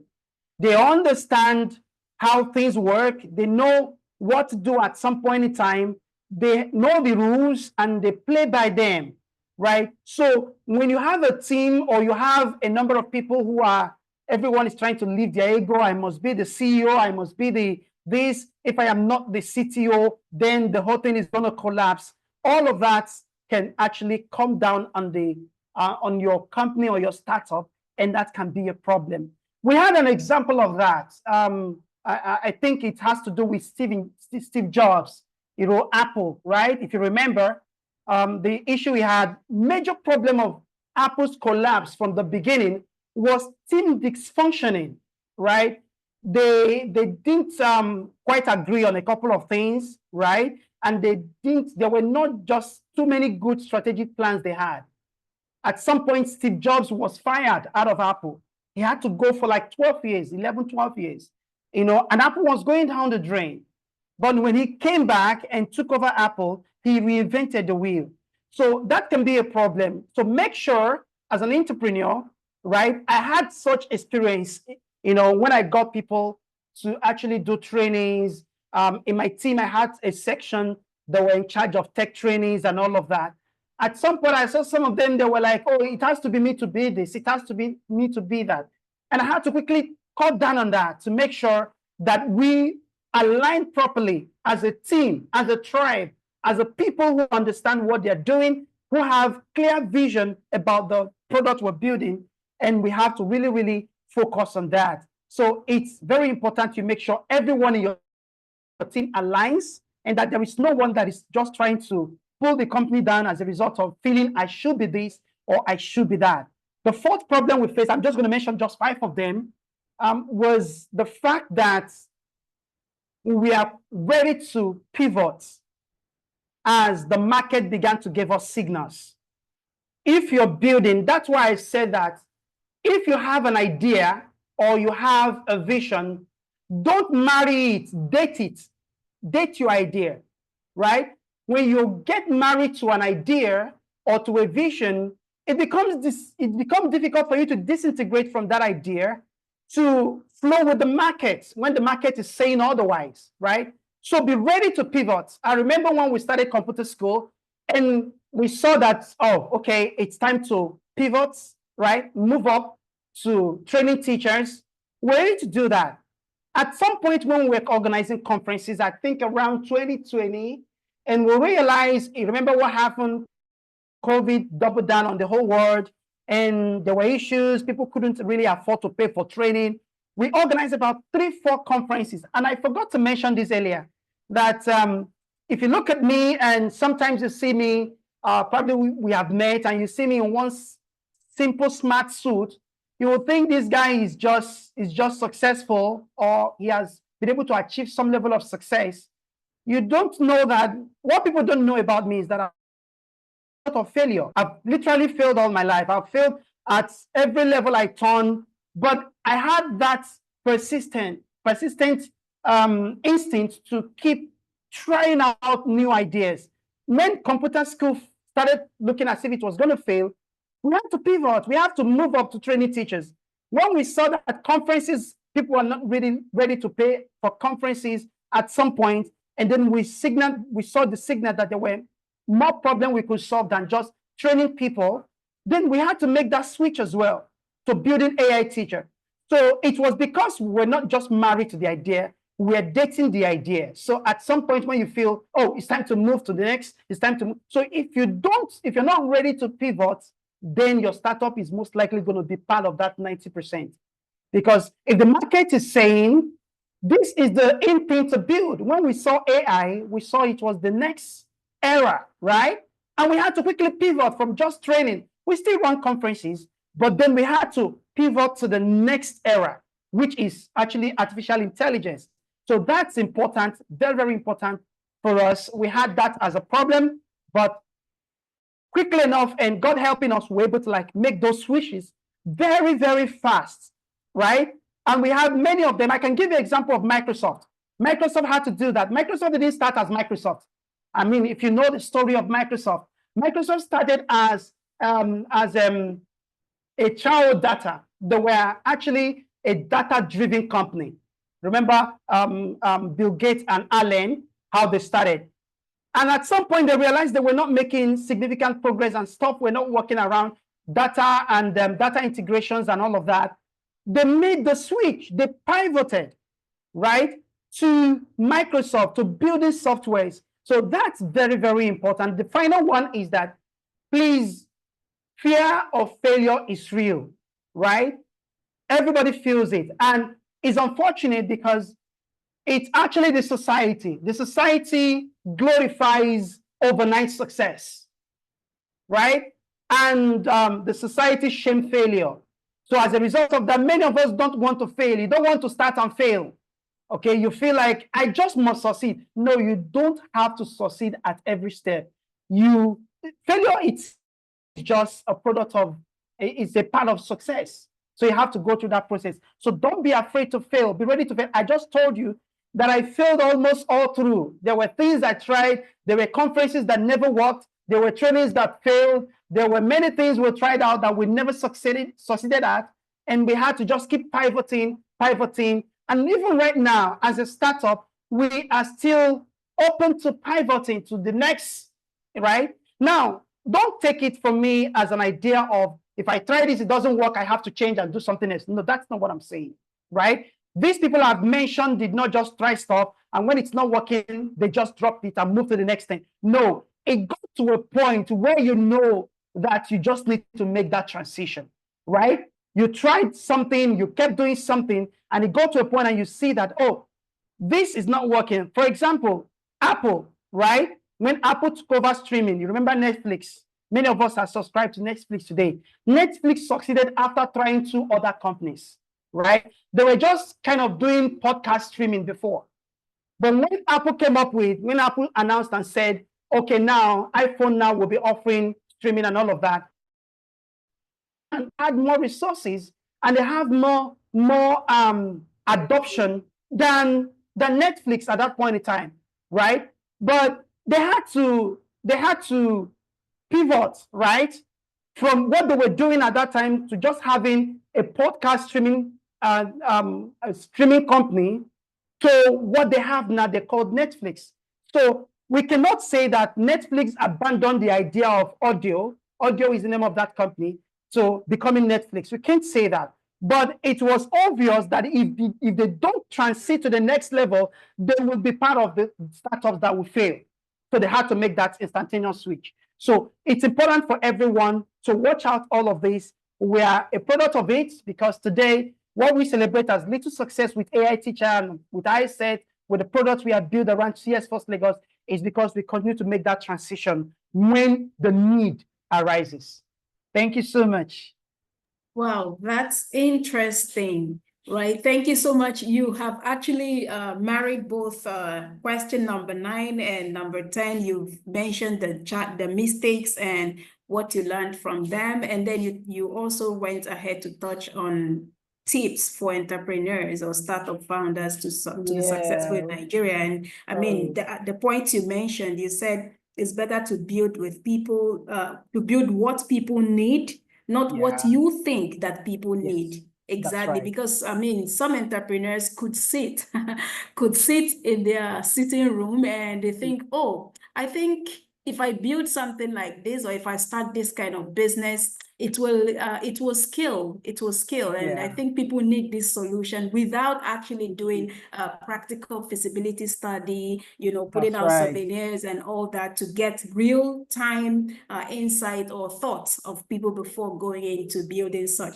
And you also talked about to be sure on how you intend to spend the available funds. Very important, right? As entrepreneurs. So just in case on the line of your of the startup, and then there is funding or sponsorship or whatever means of funding that comes in, and then the next thing they are upgrading their lifestyle, and at the end of the day, you see that the fund is spent, but there is no achievement behind it. You also talked about one of the challenges is team dysfunction, right? And then you say it's important to build a tribe, not a team. Now that's a new one, and it's an interesting one as well. Build a tribe, not a team. A tribe, people who understand what you are building and have the same vision. That's right.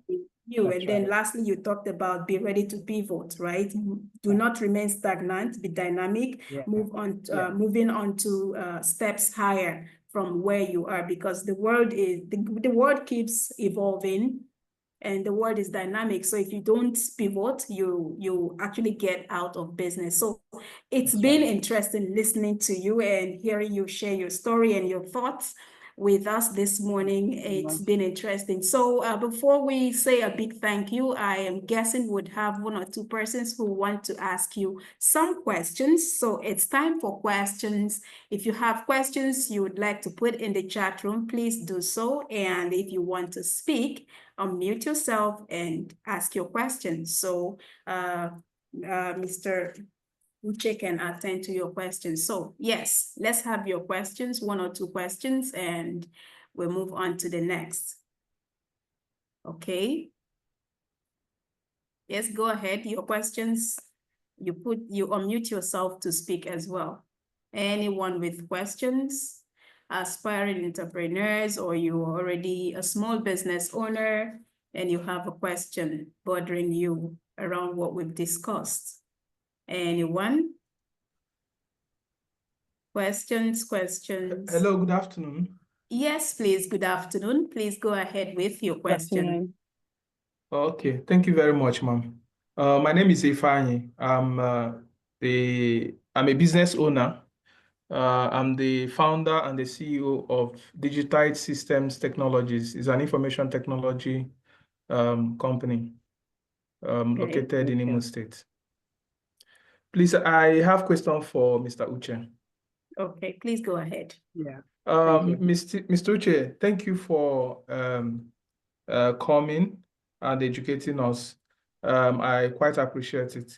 And, I think I've come across your application before, and I must say it was wonderful. It was magical, having used it twice now.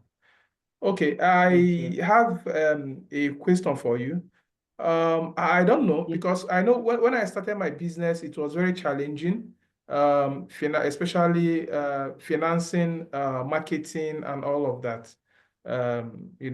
During that starting period, how were you able to skate through the hurdles associated with marketing and running your company generally? Before you got the level of subscriptions or awareness you have at the moment. Thank you. Yeah, thank you so much, Ifeanyi. I would just say, I will just reiterate something that Ms. Cynthia said earlier.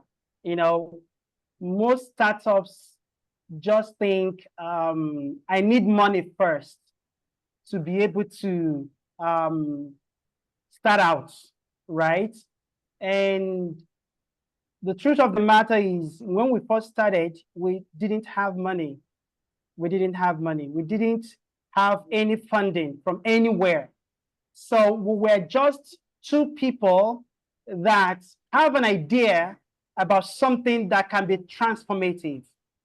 And to start out, and that's why I did mention initially that when we officially decided to do this business, starting out with a computer school, we could not pay for a space.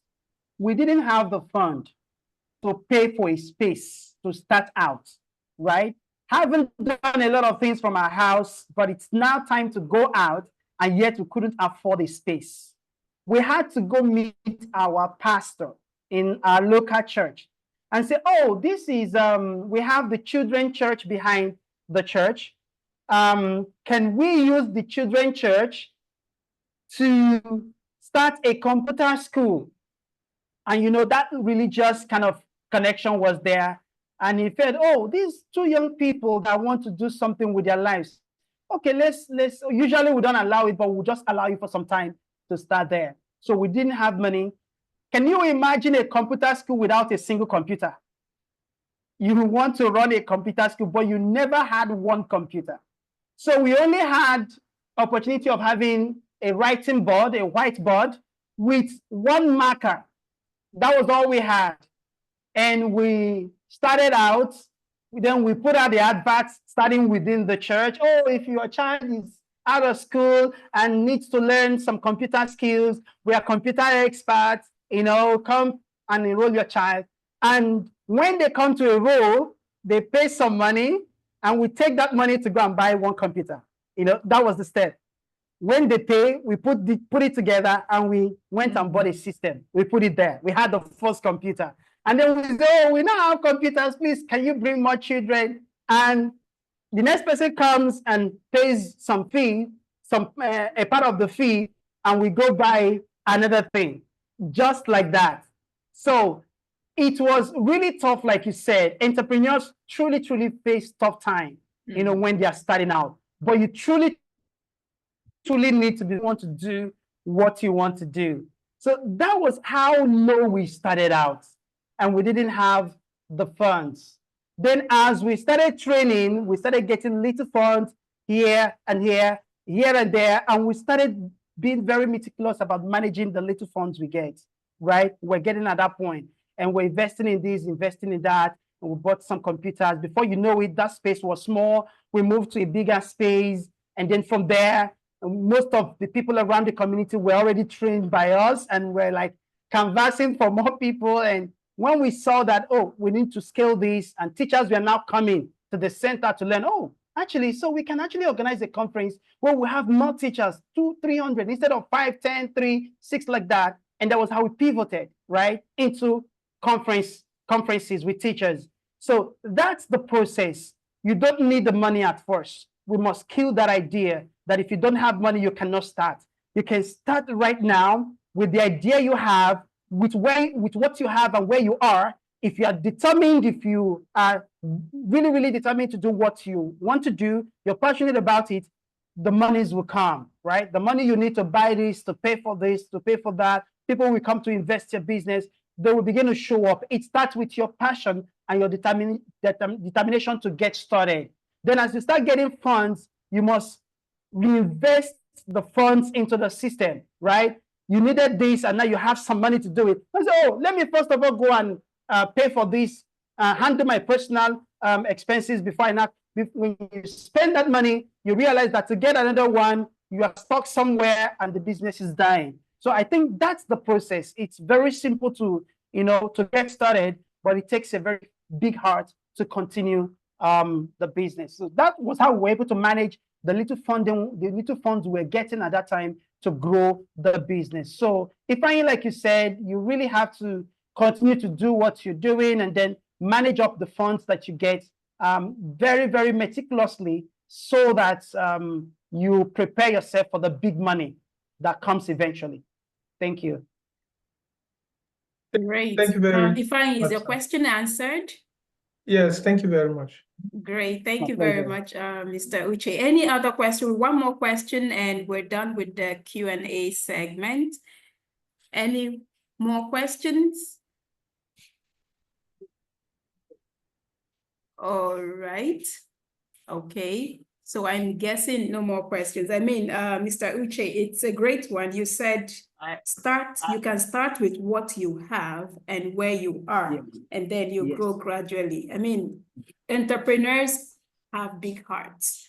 It's not easy to be an entrepreneur, but as long as the business you're doing or the solution, the solution you're providing solves a problem, that eventually it's going to scale as long as you're consistent and determined with it. That's a great one. And thank you very much for sharing your thoughts. Question for Uche before he goes. Hold on, okay. please. Uche. Okay, Doc. How you doing? All How right, are you, thank sir? you. Thank you. I'm very fine. Thank you so much.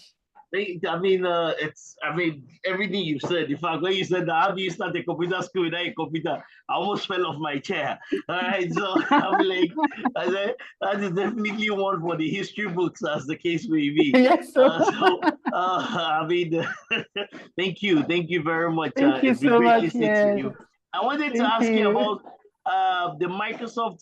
What's that thing called? The educator thing. Do they still do it? I heard they canceled it at some point in time. Is it still something that they do? I still get a lot of people who come to me asking that how can they join that educator program. So maybe you want to tell us a bit about that program, where it is as at today, because we also have some teachers on the call. Thank you. It's my pleasure. Thank you so much. I appreciate that question. And it actually connects to the previous comment I made, but I'm just going to answer that straightforward. It's obvious. I mean, Microsoft has left Africa, right?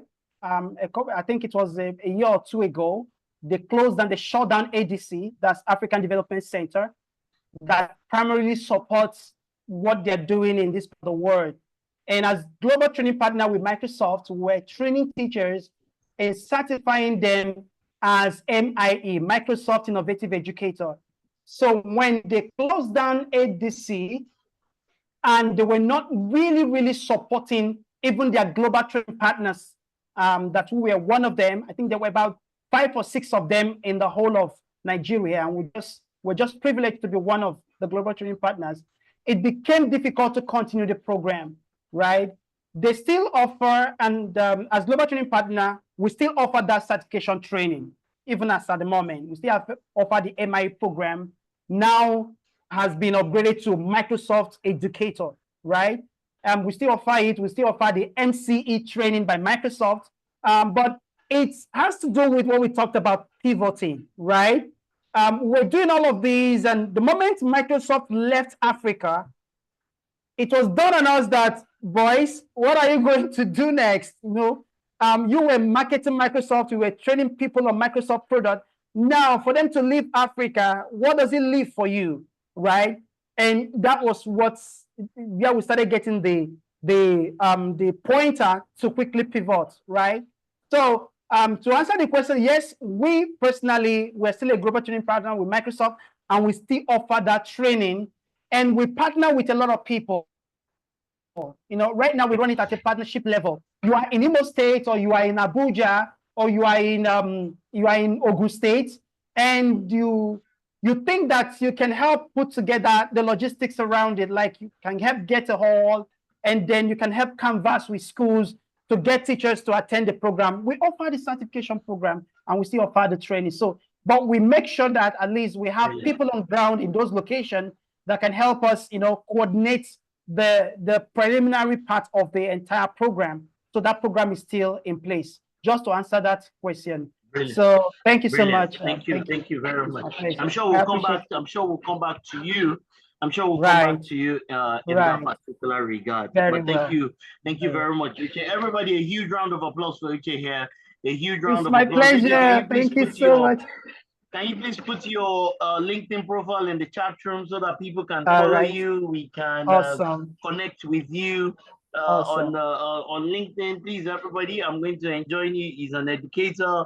And obviously he started from, I thought it was only President Jonathan that said he had no shoes. Amazing. He also came with the concept of plastic spoon. He did not pick bronze. He did definitely no silver or gold spoon. He decided to speak about starting out with the plastic spoon. Your story is inspiring in itself. And thank you very much for agreeing to come here at such a short notice. Edith met you just last week and she said, you know what, we need to get him here. And I said, please, let's do all that we can. So thank you very much for agreeing to come. We really my appreciate pleasure. it. Yes. Right. Thank so you once so again, much. everybody, a huge round of applause for him. Please follow him on social media, on LinkedIn, connect with him, follow him. I'm sure you will definitely gain a lot from just being connected to somebody like this. So once again, thank you. Thank you, Richard. I appreciate everyone. All right. Yes, it's my pleasure. Okay. Thank you so much. Thank you very much, Doc. I will leave my link. Yes. Yeah, I will leave my link on in the message. And then we still have Miss Cynthia on the call. Miss Cynthia, please also leave your LinkedIn handle. I didn't know that. Oh, so yes, she's still on the call. So, Cynthia, thank you. Thank you very much. You definitely, you're going to live very long because you're not feeling well and you can still take a class like this. I can bet that you'll be alive for a very, very long time and in excellent health. Thank you very much. I like the way you started because I started Training Heights a long time ago. That was in the year 2002, and yes, pretty much I started with X number of computers, maybe 2, and in the BK of my house, and then people will come and walk to the back. And I'll try to do, and I had people coming from corporate organizations as it is. So when you were speaking, I could associate with both of you because my core is IT. I started running an IT training school primarily with one of my friends in the year 2000. I was still an undergraduate, and we put monies together. That's why Uche is inspirational because we put our monies together and we could buy some 3 or 4 computers, but the man started with a whiteboard and a marker. So it's definitely great to have had both of you here as it is. Today we're taking entrepreneurship, and I wanted to hear from others. I wanted others to also share their own thoughts, their own opinion, their own background, their own struggles, and also their own successes. So with us, and that's why I insisted that I needed to get both of you. So thank you very much for agreeing to come. My pleasure. We appreciate you.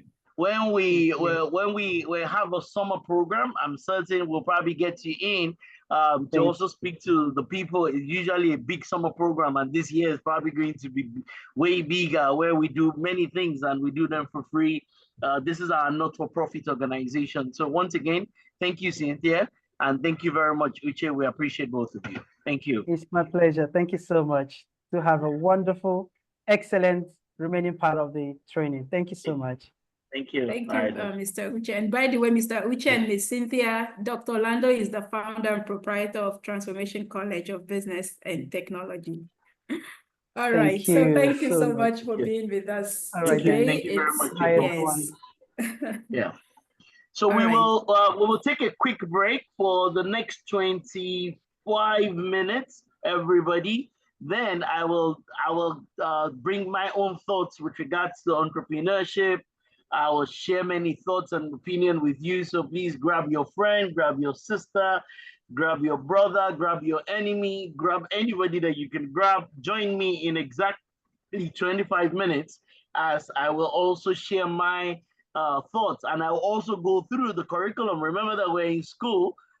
We have a set of slides to go through. We have something that we need to complete today. So that's very important. So we'll complete it, and I will also share my own thoughts and opinion when we come back, and I'll also ensure that we do it very quickly as it is. So please, whether the person is a student of Transformation College or otherwise, please just get them in here.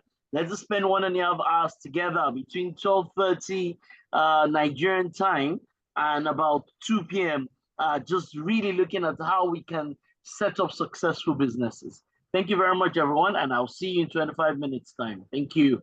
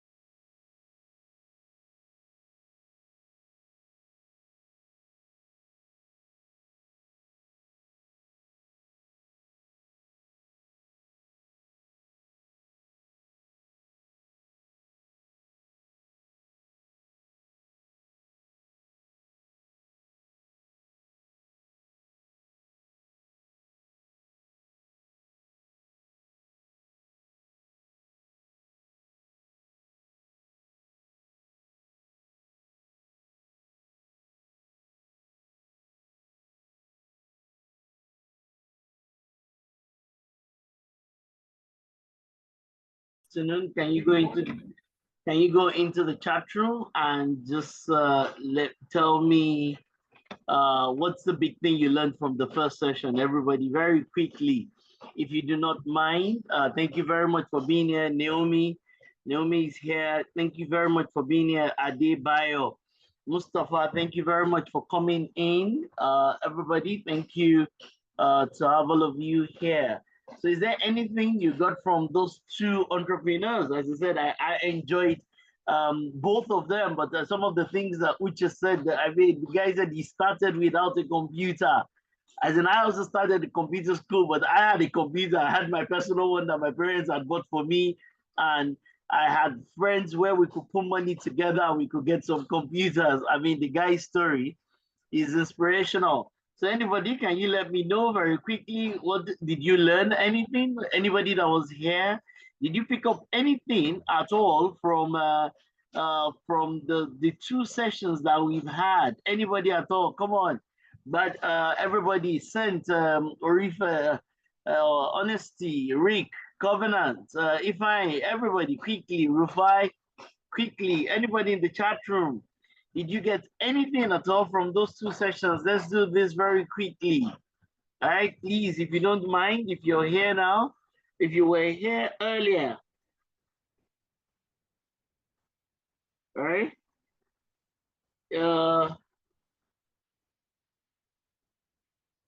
Yeah, anybody? Please, just even one person.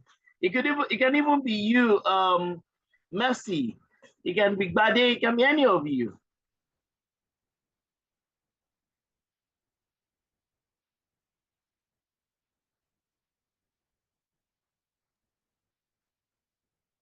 Well, good afternoon, Doc. Yes. I mean, yes. Truthfully, the session with the CEOs it was interesting for me as an aspiring entrepreneur. From what I learned from them, I think it's important for us when we're building a business or we're starting a business. It's important not to start with family members because because sometimes you cannot really, if you start with family members, you may not find it easy to implement a process that may not that would may not affect the relationship, the family Yeah, but relationship. the truth, I like that, Edith. But let me take you up on that, right? Like, is it really, is it really possible that you will not start with family members? So, for example, imagine your younger brother, whom I know, that smart guy. Imagine if he does not have a job and you're starting something. You're going to start to think about how you can. I mean, he's the first available person. I mean, let's talk about your other younger brother. The one that is almost like a genius somewhere, right? Yes. Is around you. He doesn't have a job. You actually don't have a choice, because you will not go to hire somebody on day one, because you can't even afford to. So as much as it's good counsel, it's very difficult to implement. You work with the people that you have. Sometimes you start. I mean, when I started business, I needed somebody to help me drop proposals and brochures in different organizations. It was my wife that I had to hire pro bono, and we're not married then. We were not married then. I had to hire her that, please go to these 40 organizations, and she'll take a bike and she'll go from one building to the other building, just dropping off those brochures and those proposals for free. Right? And maybe I promised her marriage. Maybe I promised her marriage in return or something along those lines. Who knows, right? I can't remember any longer, right? So I'm just saying that it's good. It's really good advice, but it's just very difficult, because in the business, and that's the first point I'm going to make, everybody, you really end up starting with what you have. That's it. Like, that's just the reality. We're not talking about this modern day where the people start businesses. So everybody, maybe somebody should help me put that in the chat room, right? That in business, like it or not, you end up starting with whatever you have. No matter how improper, incomplete, incorrect, not appropriate, whatever that thing is, you end up starting with what you have. The gentleman said they were teaching computer class without a computer. So that's just the truth. If your family member is the only option that you have, you at that point, they say beggars can't be choosers. I can also say startup founders cannot be choosers. Company founders can really not afford to be choosers. But anyways, well, I think to balance it, maybe if you have family members who are actually fit for the job, then it could be good to start with them. But if you have the ones you know, I'm saying, listen to me properly. You end up starting with whatever, inappropriate, incomplete, not whatever. If you know that this family member is the most inappropriate person, but you need somebody to stay in your shop because you don't want the shop closed while you go for meetings. I'm telling you that your only choice you have is to use that inappropriate family member. I'm telling you. Okay. Beggars, the startup founders with little or no resources, they can't afford to be choosers. That's just the reality. Rick, Godwin, go ahead very quickly so that I can get into my work for today. Go ahead, Rick, go ahead. All right. Thank you so much, sir, for this opportunity. Edith, Yes, thank you so much. I've learned so much from the past CEOs and their presentation. Something that comes to mind that I've learned is just like our dear Orlando is saying, Doc is saying that just start anyhow. Start with whoever you have. I also have come to understand that there's what we call the scaffold principle. A scaffold principle is that principle that tells you in a building, when the building gets to a certain level, the scaffold has to go.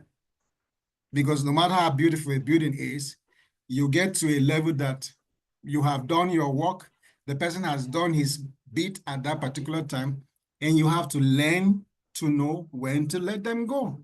either to start their own or pursue their own career. So I agree with the two CEOs, and of course with Doc, what he says, that we need to start with whoever we have, if it's your wife, like you gave, is your child, whoever is there, but you also have to let them know when to move ahead. Thank you so much. This is my contribution. So please, who is taking the notes for today? Please, who's going to take the notes? Right? Thank you very much for that, Rick, right? Who's taking the notes? I said you have to start with whatever you have. So please, let's take the notes for this session. Take your personal notes, write some of these things down. Ifeanyi, thank you very much, as it is a business plan, and I'm going to speak about that. And if you try to remind me, I'm going to ensure that I put a template for a business plan on this into the chat room, even inside of this class before we finish, if you remind me. Adebayo, thank you very much. Let the idea lead instead of funds. It's only in modern day that the startup founders are only thinking about how to get the funds. They're not thinking about how to run the business. Please take note of that. A lot of people are thinking about, what do I need to do to secure the funds? They're not thinking about, what do I need to do to secure the business?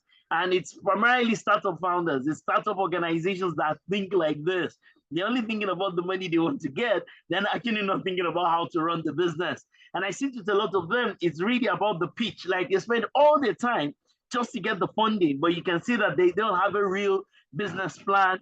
They don't really know, they don't actually have a real plan to run this business. They don't. All they're really thinking about is, how do I get the money? And when they get the money, they start moving from should I say, taking the bus to Abuja to even wanting to fly first class. They look at their phone, they're like, this phone is not good enough for a meeting. I need iPhone 16, that is $2 million.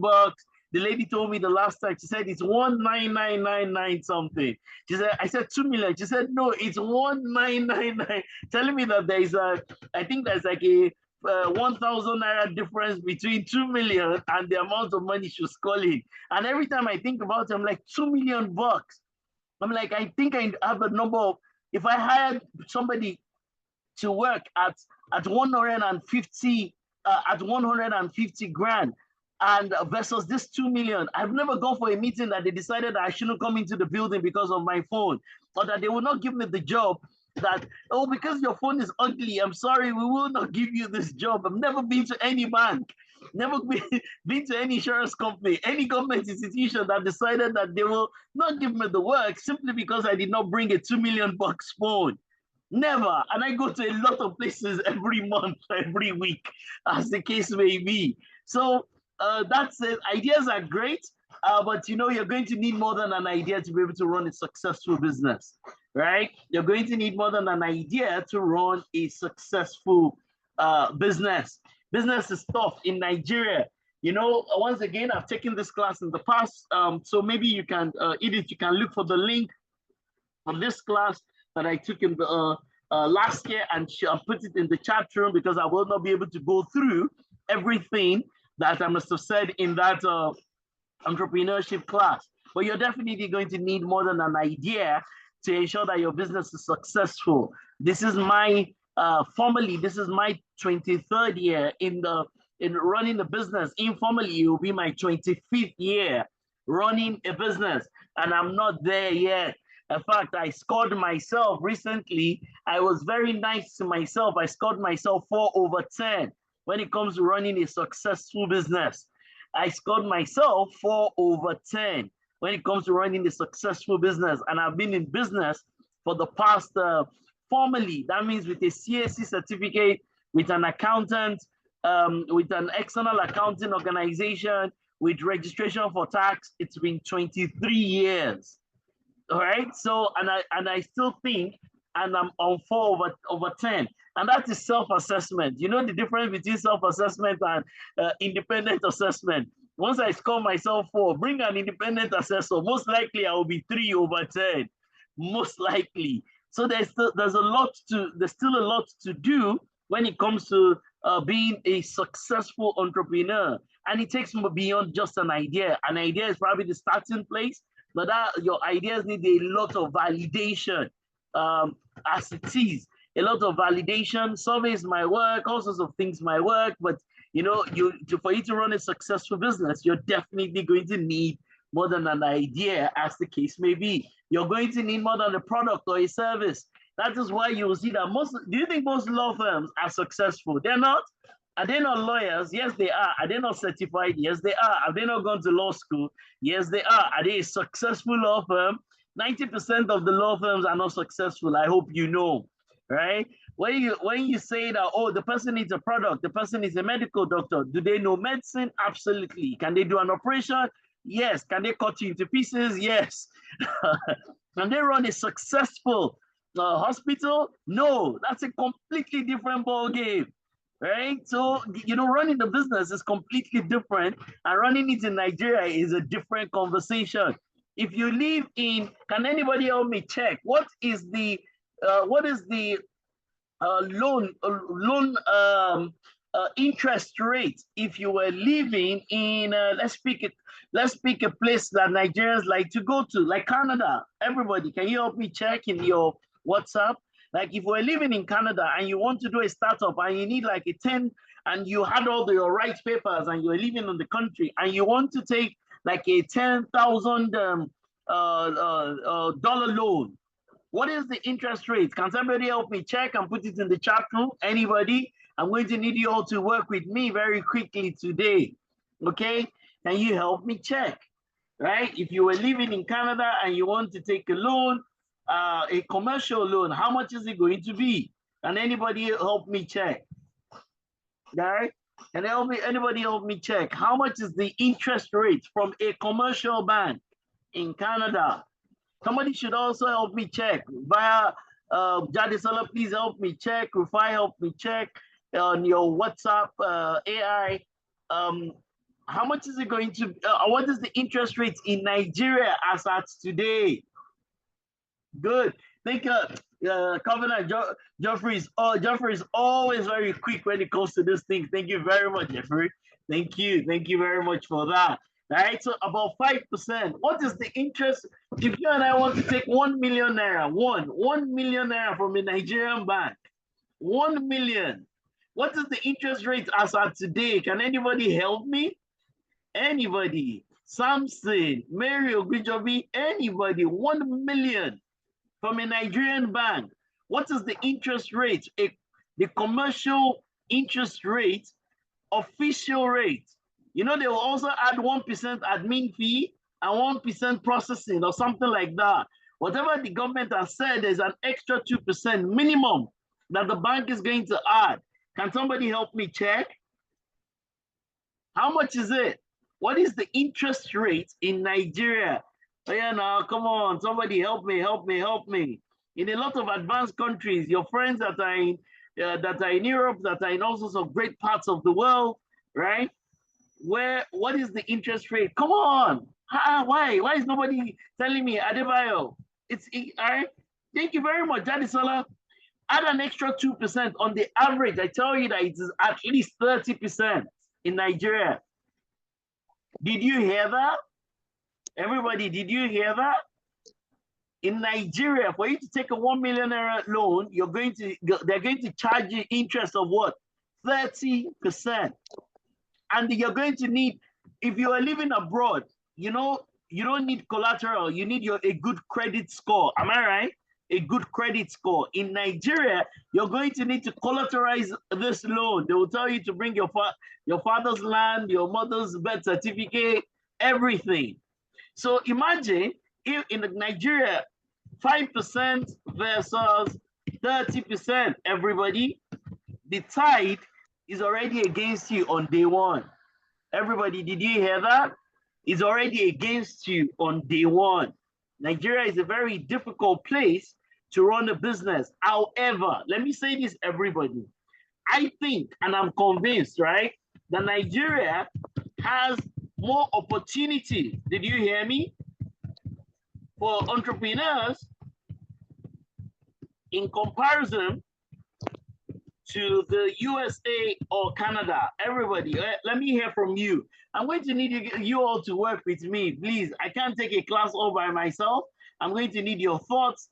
Please agree or disagree. Where will your fintech, all right, everybody, if you do a fintech startup, where will you succeed? If you do a health tech startup, where will you be able to succeed? Everybody in the chat room, where will you succeed? You, this Nigerian person, you, this Rufai Jadesola, you, this Ogunjobi Abdulatif, where do you think, you, this Kwabena, where do you think you're going to survive? In Ghana or in the US, if you do an edutech, right? Where do you think you're going to succeed? Tell me, really. If you come up with a startup today, where are your chances? Your startup, where will you succeed? Will you succeed better USA versus Ghana? Where do you think that if you do a startup, you're going to succeed? If you build an AI platform, where do you think you have a better chance of succeeding? Where?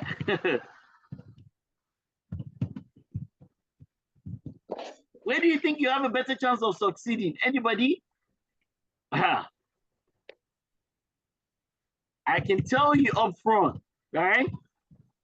Your chances of succeeding outside of the country are significantly reduced. Did you hear that? Your chances of succeeding outside of the country are significantly reduced. Ghana has more opportunities, right? Africa has more opportunities. So look at the situation that we're all in, everybody that is on the call. More opportunities in Africa, however, extremely difficult terrain, everybody. More opportunities in Africa, but extremely difficult terrain to succeed. So what do we do? The location that has more opportunities for you to succeed, right? As an entrepreneur, is in Africa. I can tell you that, I can put my money on it. Africa has way more opportunities for you to succeed as an entrepreneur. But that same Africa has the most difficult terrain for you to succeed. How do we marry this? Can I hear from everybody? How do we marry this kind of situation? The environment that has the highest opportunity also has the most difficult to navigate environment, right? So what do we do, everybody? Hello, everybody, what do we do? I want to go through my class very quickly. I need your thoughts. I need your opinion. I need your thoughts. I need your opinion. We will still have our cybersecurity class. We'll do it from 2 to 3. We'll do it from 2 p.m. to 3 p.m. How do we navigate this? And what do we call this? What's that thing? Faisha, what's that thing? Is it called oxymoron? What's the, when two things, two completely divergent things? The environment with the highest opportunities has the most difficult characteristics. How do we manage that? Can I hear somebody speak, or somebody put it in the chat room, because I want to go to my slides. I want to really go to my slides, but I want to hear from people. I need to know that people are working with me on this call. Please, if you don't mind, if you're going to indulge me, please, I beg of you. I beg of you, indulge me. Can I have 2 or 3 people? Just share your thoughts with me. How are we going to navigate this? The environment that has the highest opportunity also has the most difficult things to be able to succeed. How on earth do we manage this kind of situation? What are those things called in English?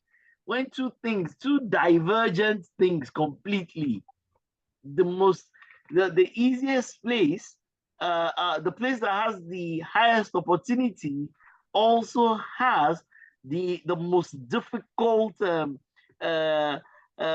I say, conditions to navigate. How do we marry these things? How do we marry these things? Anybody? What are your recommendations? I'm going to try, and I'm going to try to do this very quickly. Everybody, there is a link that Edith has shared. Can you check in the chat room? I've taken this class before, so I might not be able to go through everything today because I've taken this class in the past. Everybody, all right? So that you can have a look at that link. If you get the chance, you can have a look at that link, right? You would have the full class in there. You're going to have the full class in there at some point in time. In there already, so you can go there. So let me just go back to my, what did they call it? Rashid, thank you very much for answering me.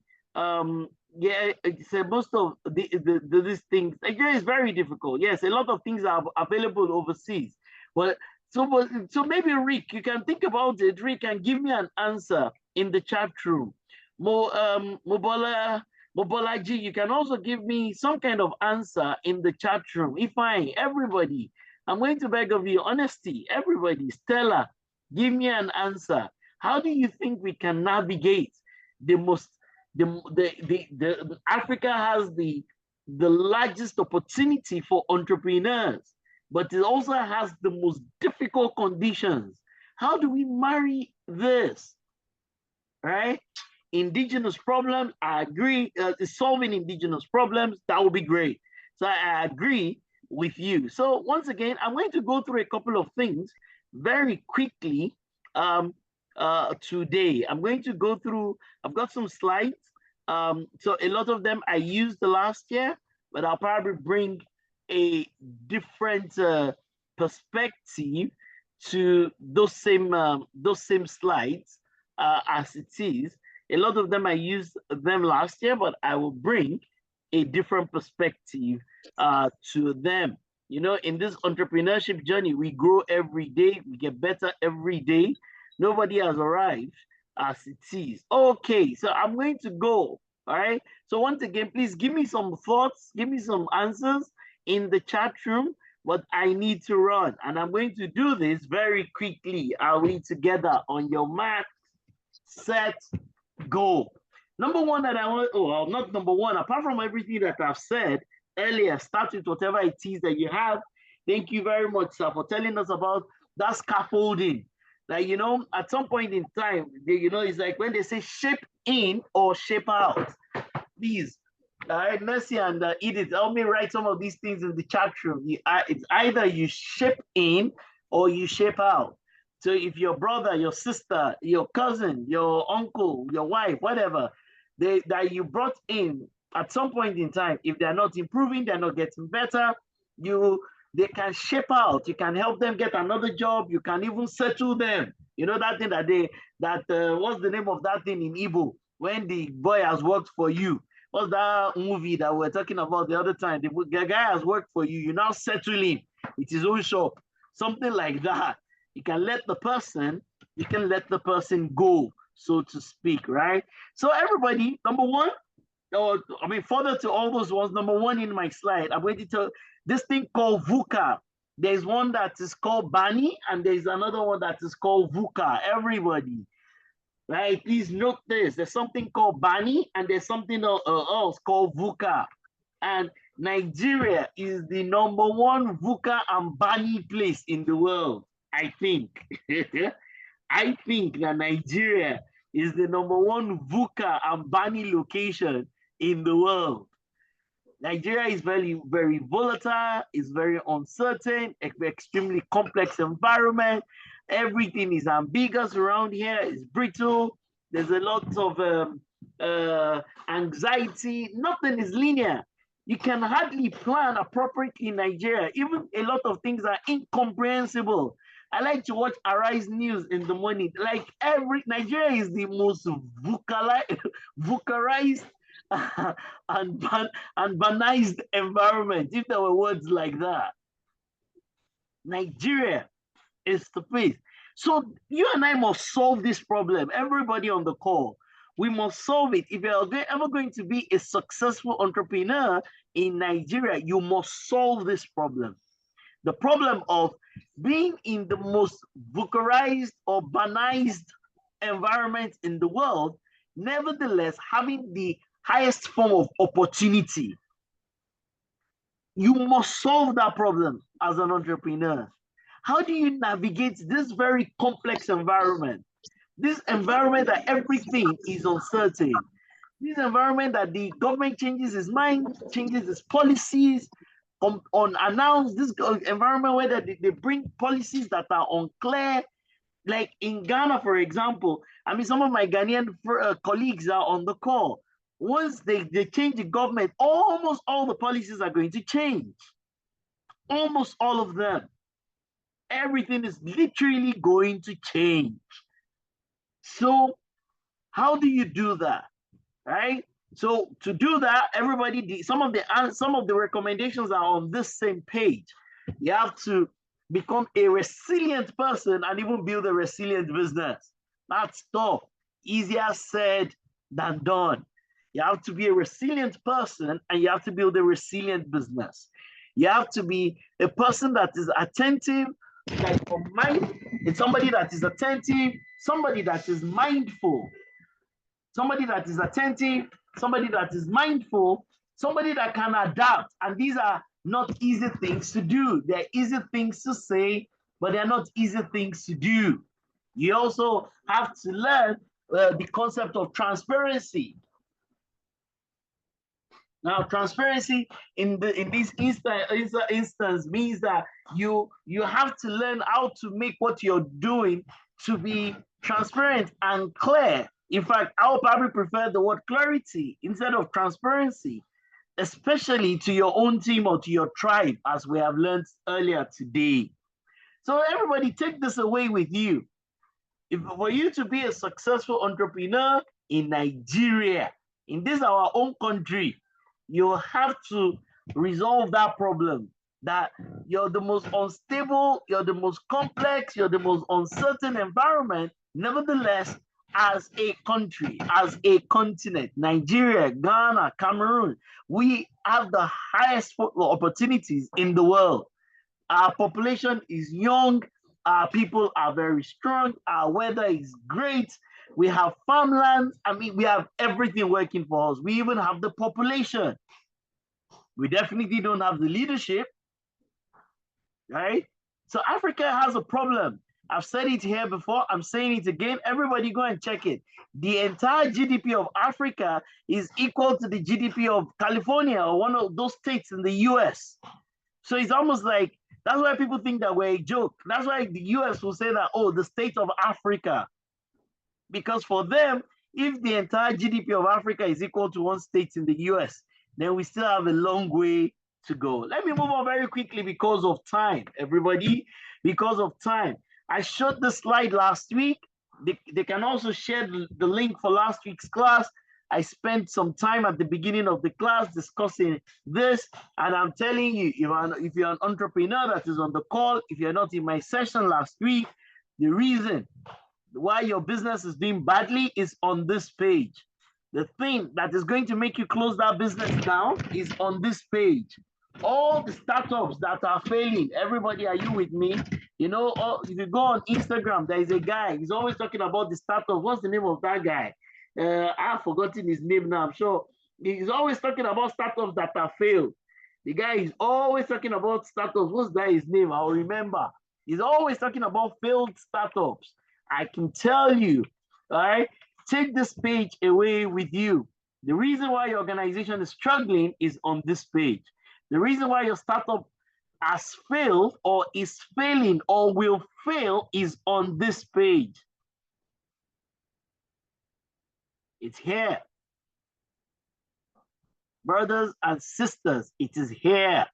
It's here. It's right here on this page. The reason you're struggling, the reason you're going to struggle, the reason you're going to fail, the reason why you're going to have a problem is on this page. I wish I can tell that guy that he's always telling startups that fail. All right, telling startups that fail. I wish I can tell him that. I can tell you why startups fail. Startups fail because of this page. Companies fail because of this page. Companies cannot grow because of this page. Companies cannot scale because of this page. The reason why businesses fail while entrepreneurs struggle is because something on this page, they don't understand it, they haven't gotten it, they are not on top of it. That's why the first lady today, the lady that spoke earlier was saying that entrepreneurs have a knowledge gap.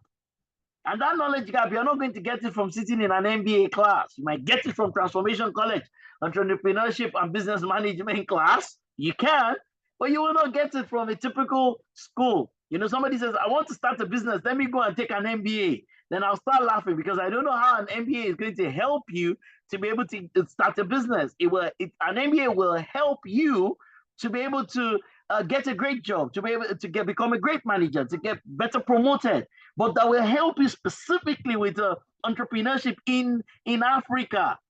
Chairman, you're going to need more than an MBA. You're definitely going to need more than an MBA. So this is important, everyone.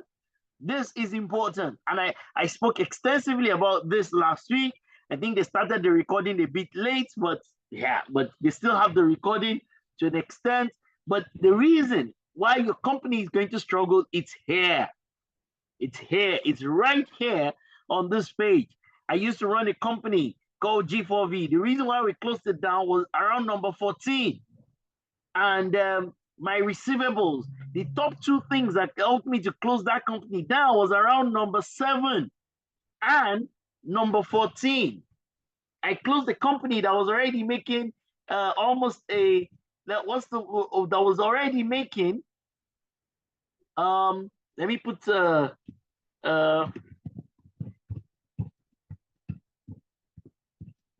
was already making 800 million as far back as almost 9 years ago. The reason why I closed it down was our receivables. We had receivables problems and I could not deal with it. I didn't even notice it on time. And then when you go and look at your receivables and you don't find out how you're managing your VAT, right? The reasons why companies fail is on this page. Some companies fail because of their inability to innovate on time and to innovate to quality.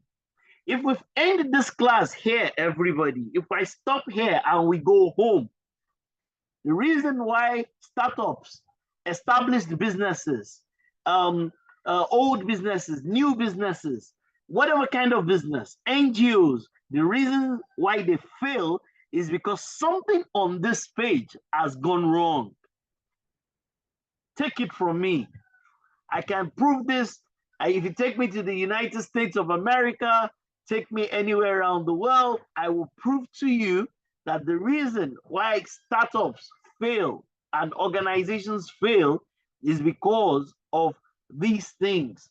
Some organizations, when it comes to their ability to manage risk, for them to understand the things that are both internal and external.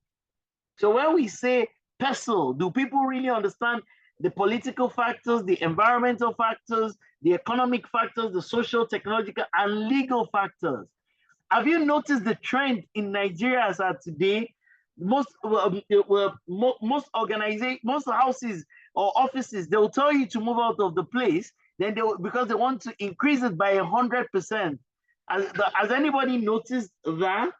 They want to increase the rent in every location, office, commercial, residential. They want to increase the rent, anybody, by 100%. Have you noticed?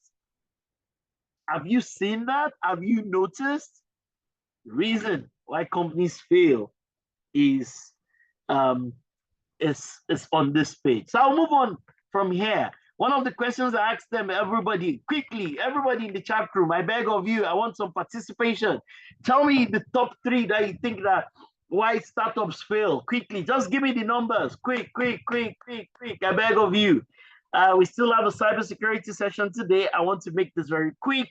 and effective. Everybody, let's do this. Let's do this quickly. Can anybody answer me in the chat room? What do you give? Just give me your top 3 numbers. Adebayo, I know you did this last week. Give it to me again. Jadisola, give it to me again. Mercy, give it to me again. Everybody, give me some answers. What do you think are the top 3 reasons why companies fail? Amongst the 16, the reason why companies are failing is here. It's here. It's right here. The partnerships have been canceled on them. Their products are not fit for the market. The products are filled with assumptions. The reasons why companies fail, they're here. The reasons why companies fail, they're here. Everybody, give me your numbers. Give me the numbers. Why do you think companies fail? Is it something to do with human resource? Is it something to do with the way they brand themselves? Is it something to do with the way they do their negotiations? Is it their time to market of their product? Is it the product just being fit for the market? Because that's why I said to run a business is more than an idea, everybody. Running a business is more than an idea. Somebody should help me write that down. Running a business requires more than an idea. Running a business requires more than an idea. You need more than an idea to run a business, everybody. You need more than an idea. Okay? You need more than an idea. A lot of people think that ideas will solve the problem. This is beyond idea, everybody. Your idea is primarily around what? Number 4. Maybe that idea you now want to, your idea is around number 4. Running a business is beyond number 4. Adebayo, it's more than number 4. Running a business is tough. Running a business requires a lot. Everybody, give me your numbers, right? It requires a lot.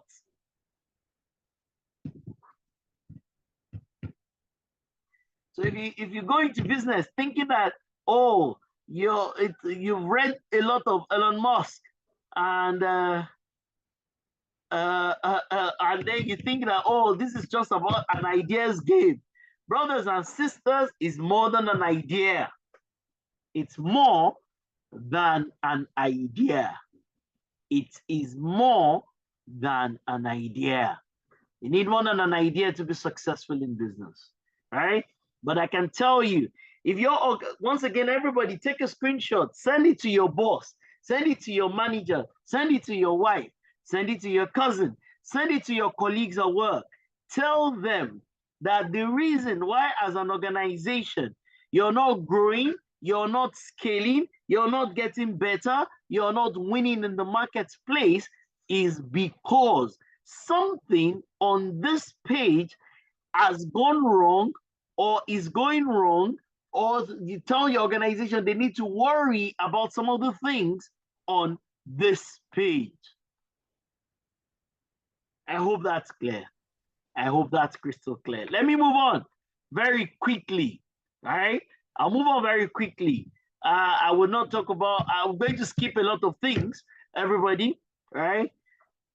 So everybody on this call, in this room and on this call, everybody tell me in which area do you function here? Quickly, go to the chat room and give me your numbers. Your career, your line of work, where do you function here?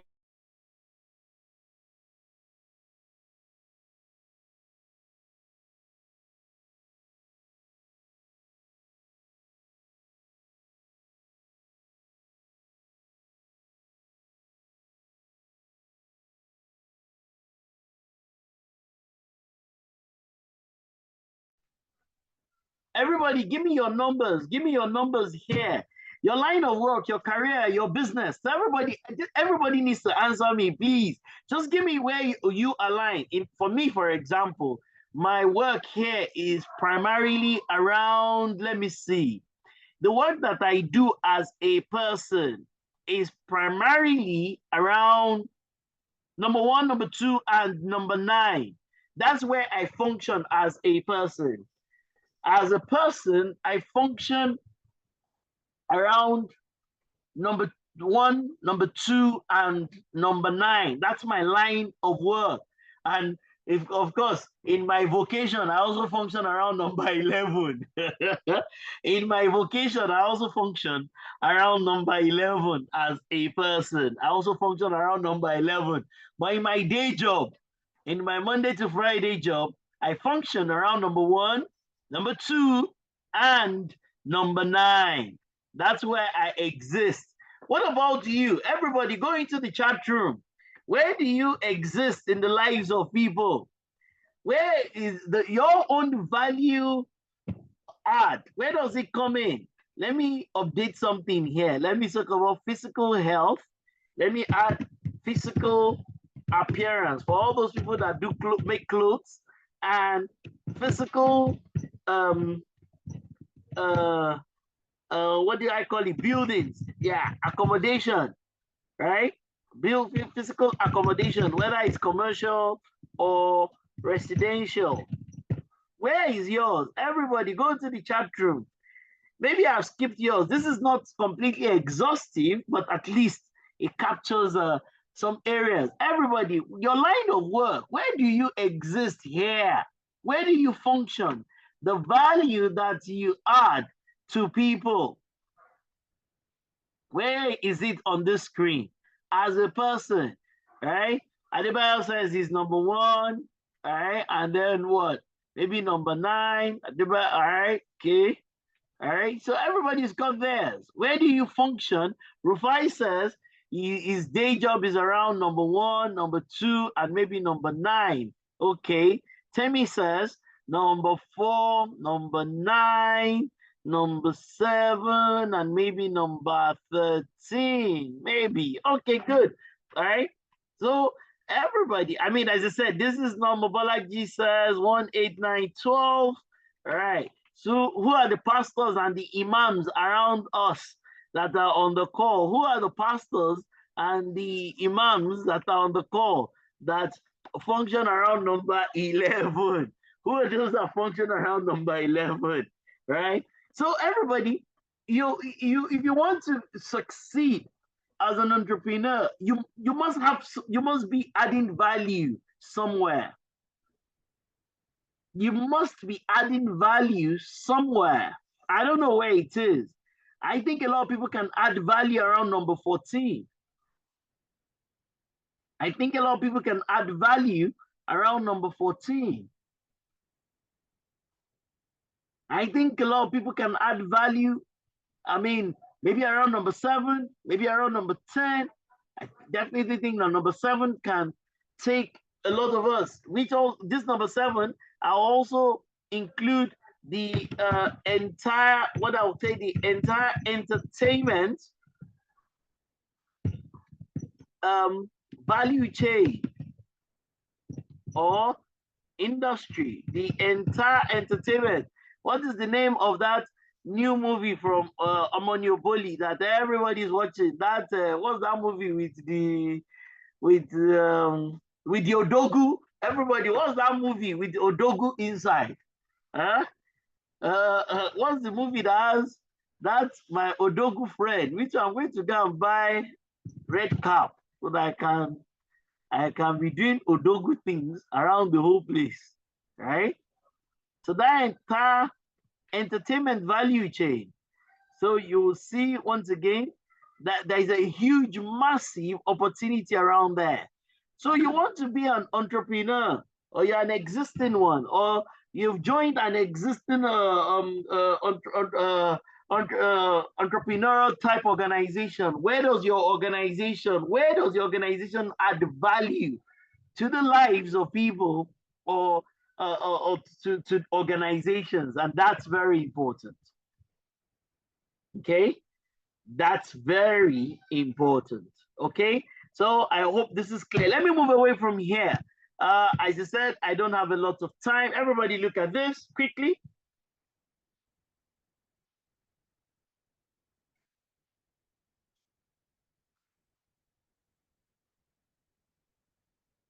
Everybody.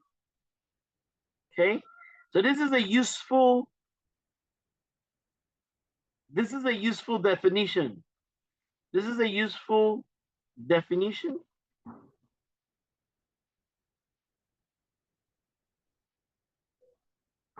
For the people who have an exam or test to pass, right? This is useful for everybody who on the concept of entrepreneurship, who's an entrepreneur, right? Right, versus who's an innovator, right? So but there's a difference. Everybody, can you tell me what's the difference between an innovator and an entrepreneur? A lot of people mix these two things. Everybody, go to the chat room. What's the difference? What's the difference, everybody? What's the difference between an entrepreneur and an innovator? Can somebody help me in the chat room? Everybody, can you go to, what's that thing called?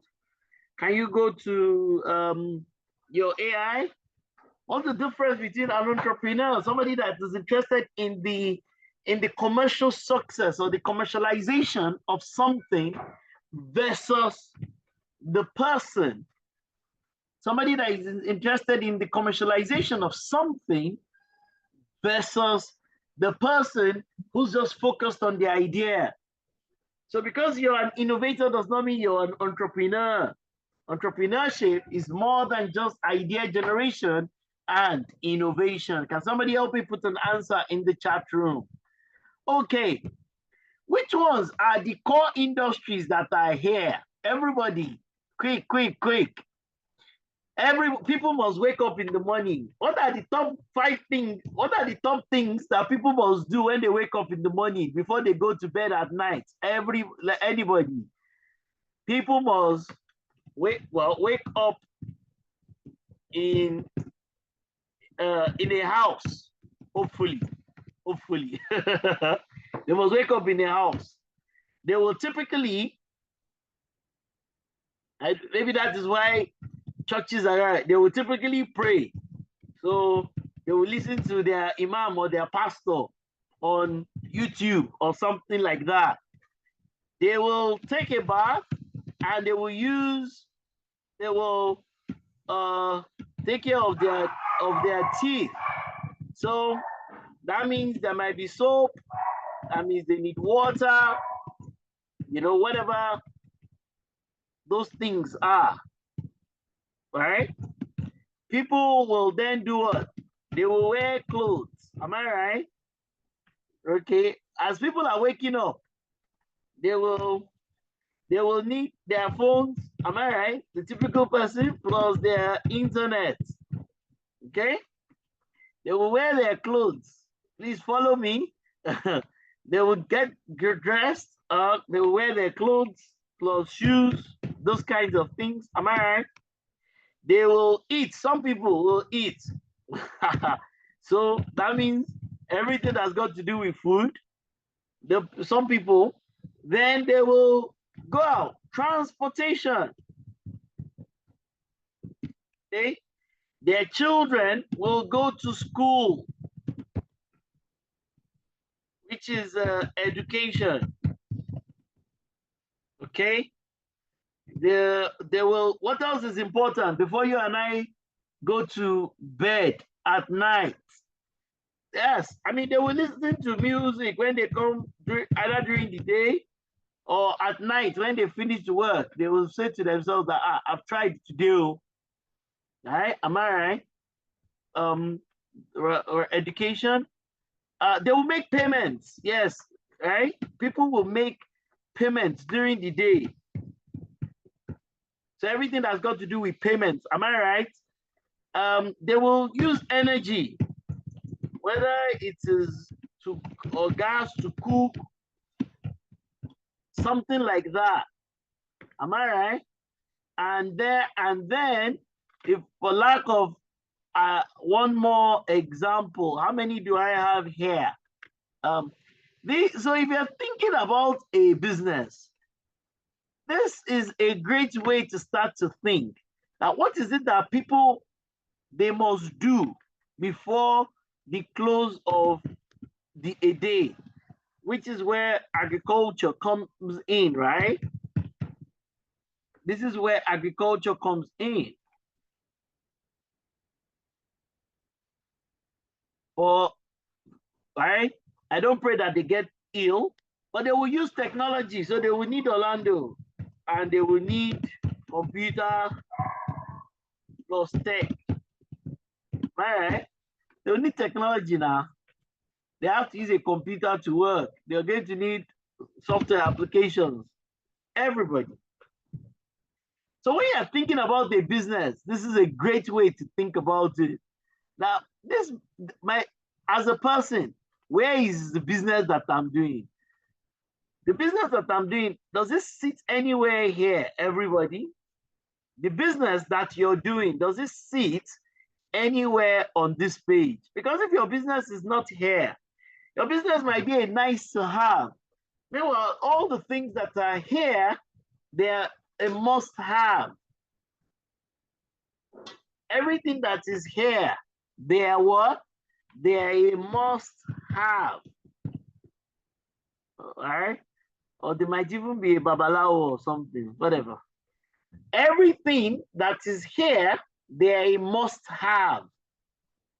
So, everybody, if you were going to ever be an entrepreneur, which of these 12 things, everybody, is key? Right? Of course, there are other things too that happen to people. Am I right? They might get into trouble. I pray not. Then they need a lawyer. Well, what do those lawyers say? They say trouble now my work. Am I right? Okay. Because of their accommodation, where is accommodation here? Wake up in a house. They need real estate people. And those real estate people, they are not nice people any longer. Those people are very unnice people. Okay? The people might fall ill. Am I right? There might be health challenges. So, hospitals. So, where is your line of work? Everybody, where is your line of work? I don't think people can spend an entire day. I don't think people can spend an entire day without going to buy something. So retail is a big deal. Okay? So everybody, once again, what is your line of work? Which of these things is yours? Where do you fall in here? And where would you like to fall in if you ever get into business? Right? If you ever get into business.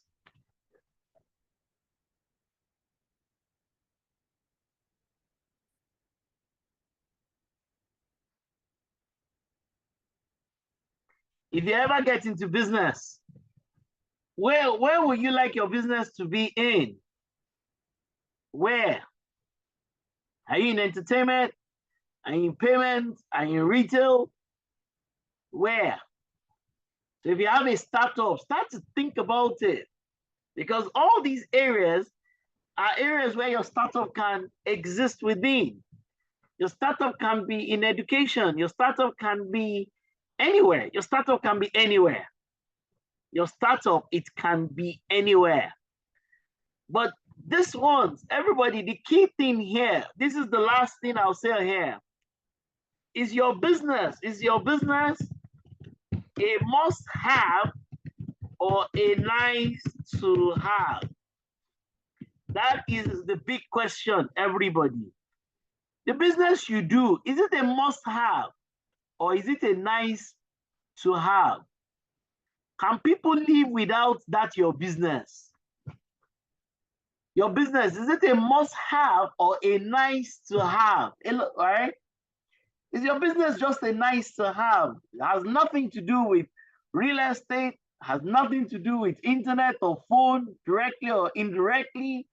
It has nothing to do with, what did they call it? FMCG, has nothing to do with clothes that people wear. It has nothing to do with food. It has nothing to do with transformation. It has nothing to do with education of any sort. It has nothing to do with payments, with energy, with entertainment, with computers, and technology, with anything legal, with health, with retail. Is your business a nice to have, right? Or it is a must have? This is a big question, right?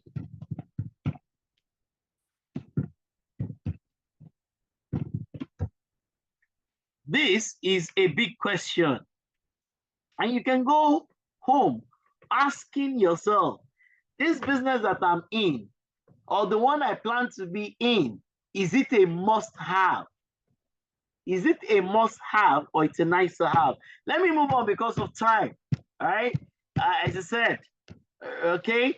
Let me quickly talk about this in a minute. I want to finish this in 30 minutes. Everybody, you have to innovate, right? And innovation in this instance, I mean the old ways by which you used to do things and the ways by which you're doing them now has to change. You cannot be one of those people to say that since the way I've been doing it before, that's how I'm going to keep doing it forever. Your business might have to change. Your approach might have to change. So, and how you can change many things. You can change the way you deliver the service. You can change your processes. You can change the product. You can change your channels. You can change the way by which you engage with your customers. You can change how you do your sourcing. You can change how you make a profit. You can change your structure. You can change something. You can change something. You can innovate around something. Once again, the problem is that people take a very narrow view when it comes to innovation. They take a very narrow view when it comes to innovation. People take a very narrow view when it comes to innovation. They take a very narrow view when it comes to innovation. Okay? You can innovate from many perspectives. You heard Uche, the entrepreneur that came. He's done some innovation, right? Now he has an AI platform. Just like if you look at the courses we offer and the approach we're using in Transformation College, this is March. If you came to us March last year and you're with us today, March of the year 2025, we've made a lot of changes. We've done a lot of innovation around many areas of our work. Very important. So you that you're here about entrepreneurship, what needs to change? What can you change? All right? Let me move on because of time. Your personal skills, everybody, these are minimum skills that all of you need to have. So everybody, tell me, I don't want to hear your strength. Tell me your top 3 weaknesses here in the chat room very quickly. Everybody, quick. Let's do this very quickly. Let's do this very quickly. Everybody.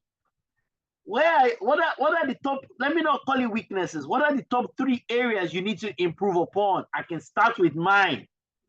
As a person, I need to improve around number 4.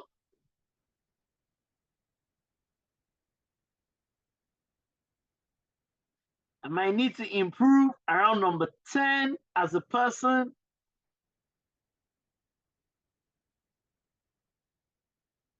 Definitely number 4 as a person.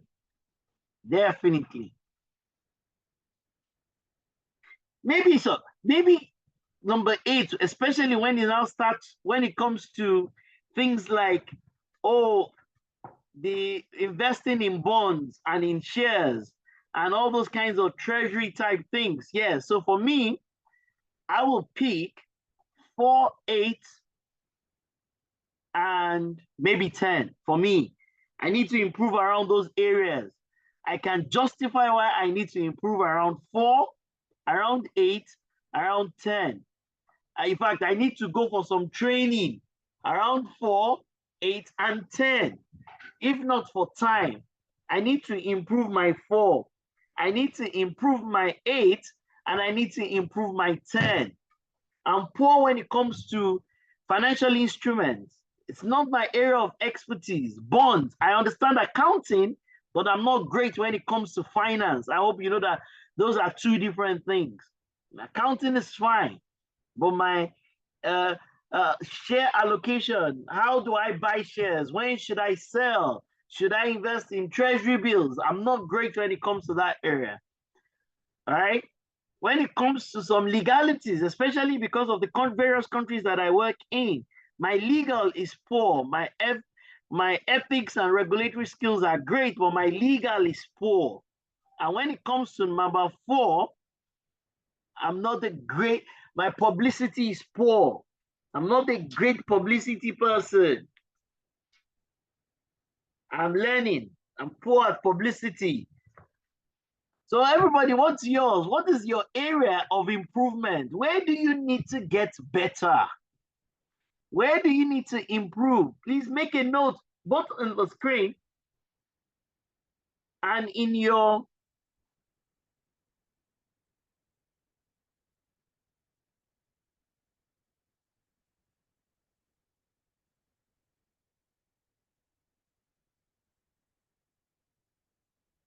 right? Make a note on in our chat room and also write it down. As an entrepreneur, you're going to need these skills. I've been an entrepreneur for 23 years formally, and I still have a lot to learn. I'm primarily around number 3 or number 4 in my entrepreneurship maturity. That's where I am, around 3 or 4.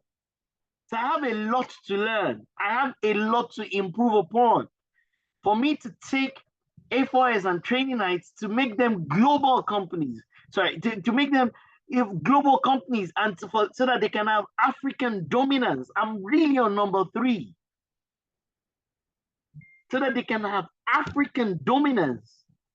They can become a known brand across 54 countries in Africa. Oh, I'm definitely on number 3. I need to improve a lot. I need to get better. Because you cannot be a great entrepreneur, either as a standalone entrepreneur or somebody who has joined another entrepreneur. Sometimes you have people join you. Edith joined me. Mercy joined me. Boma, they've joined me. They've joined me as a person in this entrepreneurship journey. So we have shared risks and shared benefits. Shared risks and shared benefits. I tell you, once you're at the stage in an organization where you're getting bonuses and you're getting profit sharing bonuses, then you're already an entrepreneur of some sort. Because if that organization does not, if it does not make money under what is within you, then you don't get the benefits. You're already an entrepreneur. Everybody needs to get better. Everybody needs to have an area. This is one thing I'm going to enjoin everybody to do. I know we do it for companies, but I'm going to enjoin everybody to do it for themselves when you get home.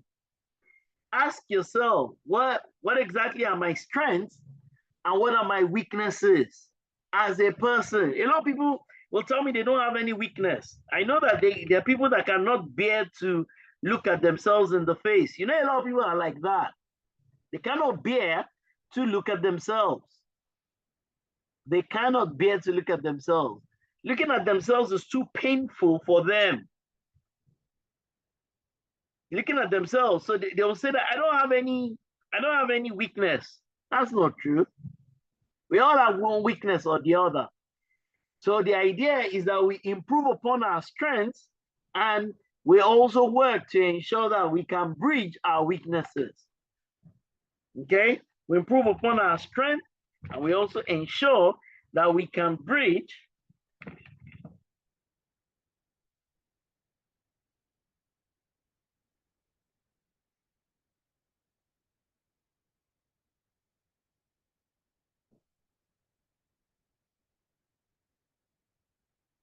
as it is. This is an exercise everybody needs to do. You can do it for yourself, you can do it for your department, you can do it for your organization.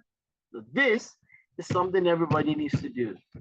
I can talk about this all day, right? I can talk about this all day. I always tell people that this is the best planning methodology in the world. If any business can focus on this, this is the best planning methodology in the world. It's the best because it's the simplest. That's why it's the best. It's the simplest methodology in the world. 5W and H squared. You can say, everybody, you can take away something like this to use to plan your business, plan your work, plan your tasks. You can go away with something like this. Okay? All right? Entrepreneurship is a big deal. Can you help me check? The Faith Foundation does the annual report, everybody. Faith Foundation, they do an annual report on the state of entrepreneurship. Can you help me check for the one for the year 2024? They usually will have it on their website, and drop the link in the chat room, everybody. Can you help me check? Boma, Mercy, Edith, can you help me check?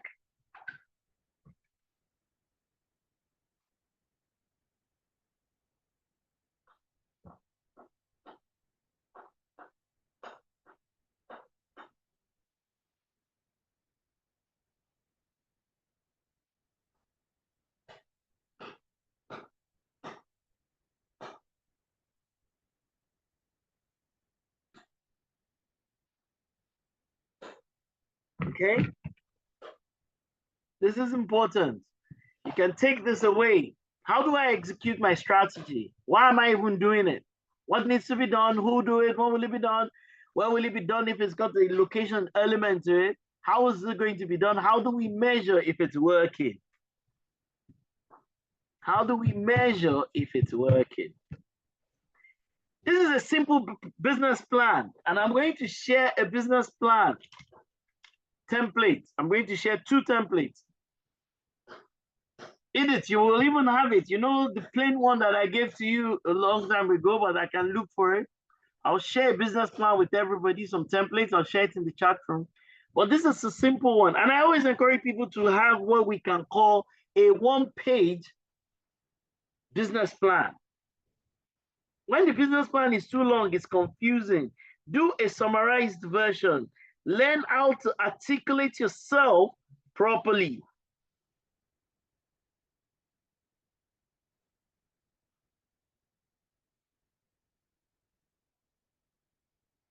Okay? Learn how to articulate yourself properly. 1-page business plan. Because if you cannot articulate yourself appropriately on the page, then there's good. Then you probably are not. You're not sure what it is that you're doing.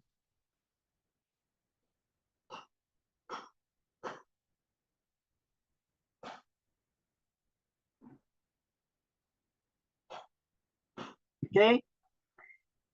There are many P's of marketing. Someday I'm going to do a master class. All right. There are many P's of marketing, but these are some of them.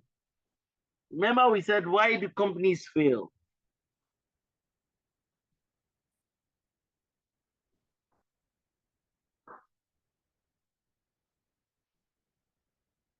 Okay. We're going to do finance at some point in time. So as an entrepreneur, you need to know marketing.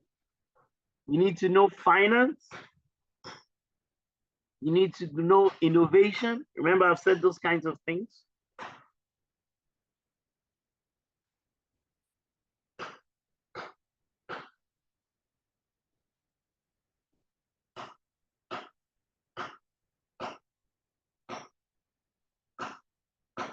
Right? So, as a right, HR is also important. Everybody, HR is also important. Finding the right people. Please take it away. I said it in one of the classes prior to now. I'm saying it again.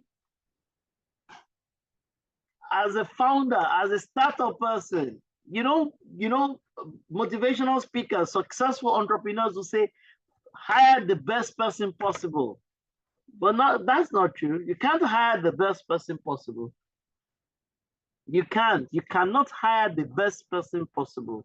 As a founder, you have to hire the best possible person you can afford. Everybody, please write that down for me. Please.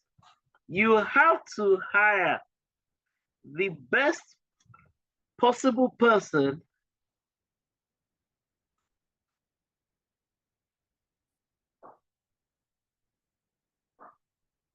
you can afford. Did you hear that?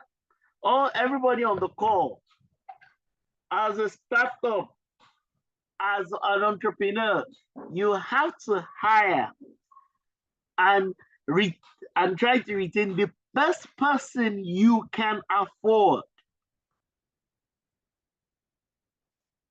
So that's important. You have to hire and retain the best person you can afford.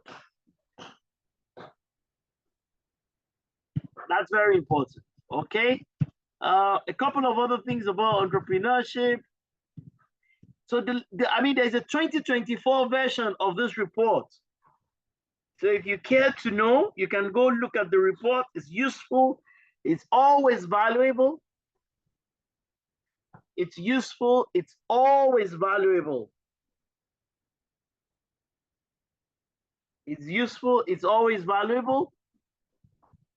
You can go on the website of the organization. They've got a lot of things in there. All right. As an entrepreneur, you have to know digital marketing. I mean, it's a long list of things you need to know as an entrepreneur. Okay. Thank you very much, everyone. Now I think I have one or two more things. As I said, go and look at the link again. They can post it. I've taken this entrepreneurship course before. It's available online. So you will learn a lot from it. Please give me your questions. This is one of the things that every entrepreneur needs to work on, especially with regards to their strategy. Every entrepreneur needs to work on this. Every entrepreneur needs to work on this. Every entrepreneur needs to do this for their business. And there are templates online that you will find that you can use and that you can leverage. There are templates online that you can use and you can leverage as it is. Okay. All right. There are templates online that you can use and that you can leverage. So give me a second. Yes, sorry. Yeah. This is where I wanted to start, everybody. This is where I really wanted to start today. The objectives of every business. This is the part that these founders with plenty, the founders even speak a certain kind of English. Have you noticed? Especially tech founders. So yeah, we just started, we just came up with something. All of them speak alike. The thing that they've forgotten, the fundamentals, the basics. This is the reason why, this is why a business exists, everybody. This is why a business does exist. This is why a business does exist. This is it. The reason is right here on my screen. Why does a business exist? The reason is right here on my screen. Every organization is looking to achieve these things. I don't care what size you are. I don't care what you do. I don't care what type of organization you are. Every business is trying to achieve these things. This is why you're in business. And if you don't get that right,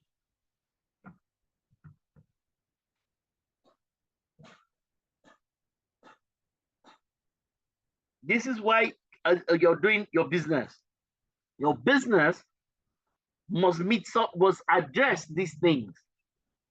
Your business must address these things. You can't get better, you can't get great, except you address the fundamentals. These are the fundamentals.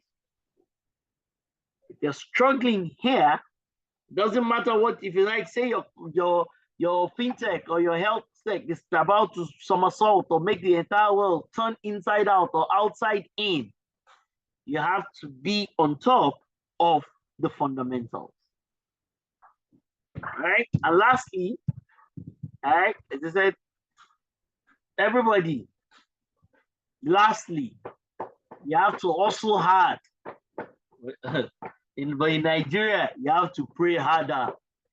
Everybody, this is my last word here on this course, entrepreneurship. You have to hustle hard, but you also have to pray harder, especially in Nigeria. This might not be applicable if we're in the US, if we're in Canada, we're in the UK, talking about all sorts, this type of course. But in Africa, I'm telling you, you have to hustle hard, or even have to pray even harder as it is. All right. Thank you, everyone. I think the curriculum, I've covered, I didn't really go, this is the curriculum, everybody. I think we've covered everything that is here. I'm going to enjoin you. Look at that Faith Foundation report. It's a good report. But you know, entrepreneurship is not, we can't allow somebody who is not an entrepreneur to take this class. You have to be an entrepreneur before we can allow you to take this class. So everything that is in the curriculum, we've talked about, right? Maybe also lastly, can somebody tell me, check, what is the difference between growth and growing a business and scaling a business? I've said it in one of our other classes, but some people, this is their first time here. So everybody, what is the difference? Can somebody help me? Can you even type it into Google and show me a graph? The difference between growing a business and scaling a business, growing a startup and scaling a startup. Thank you very much. Questions, thoughts, and opinion. Growing a business versus scaling. Those are two different things. All right.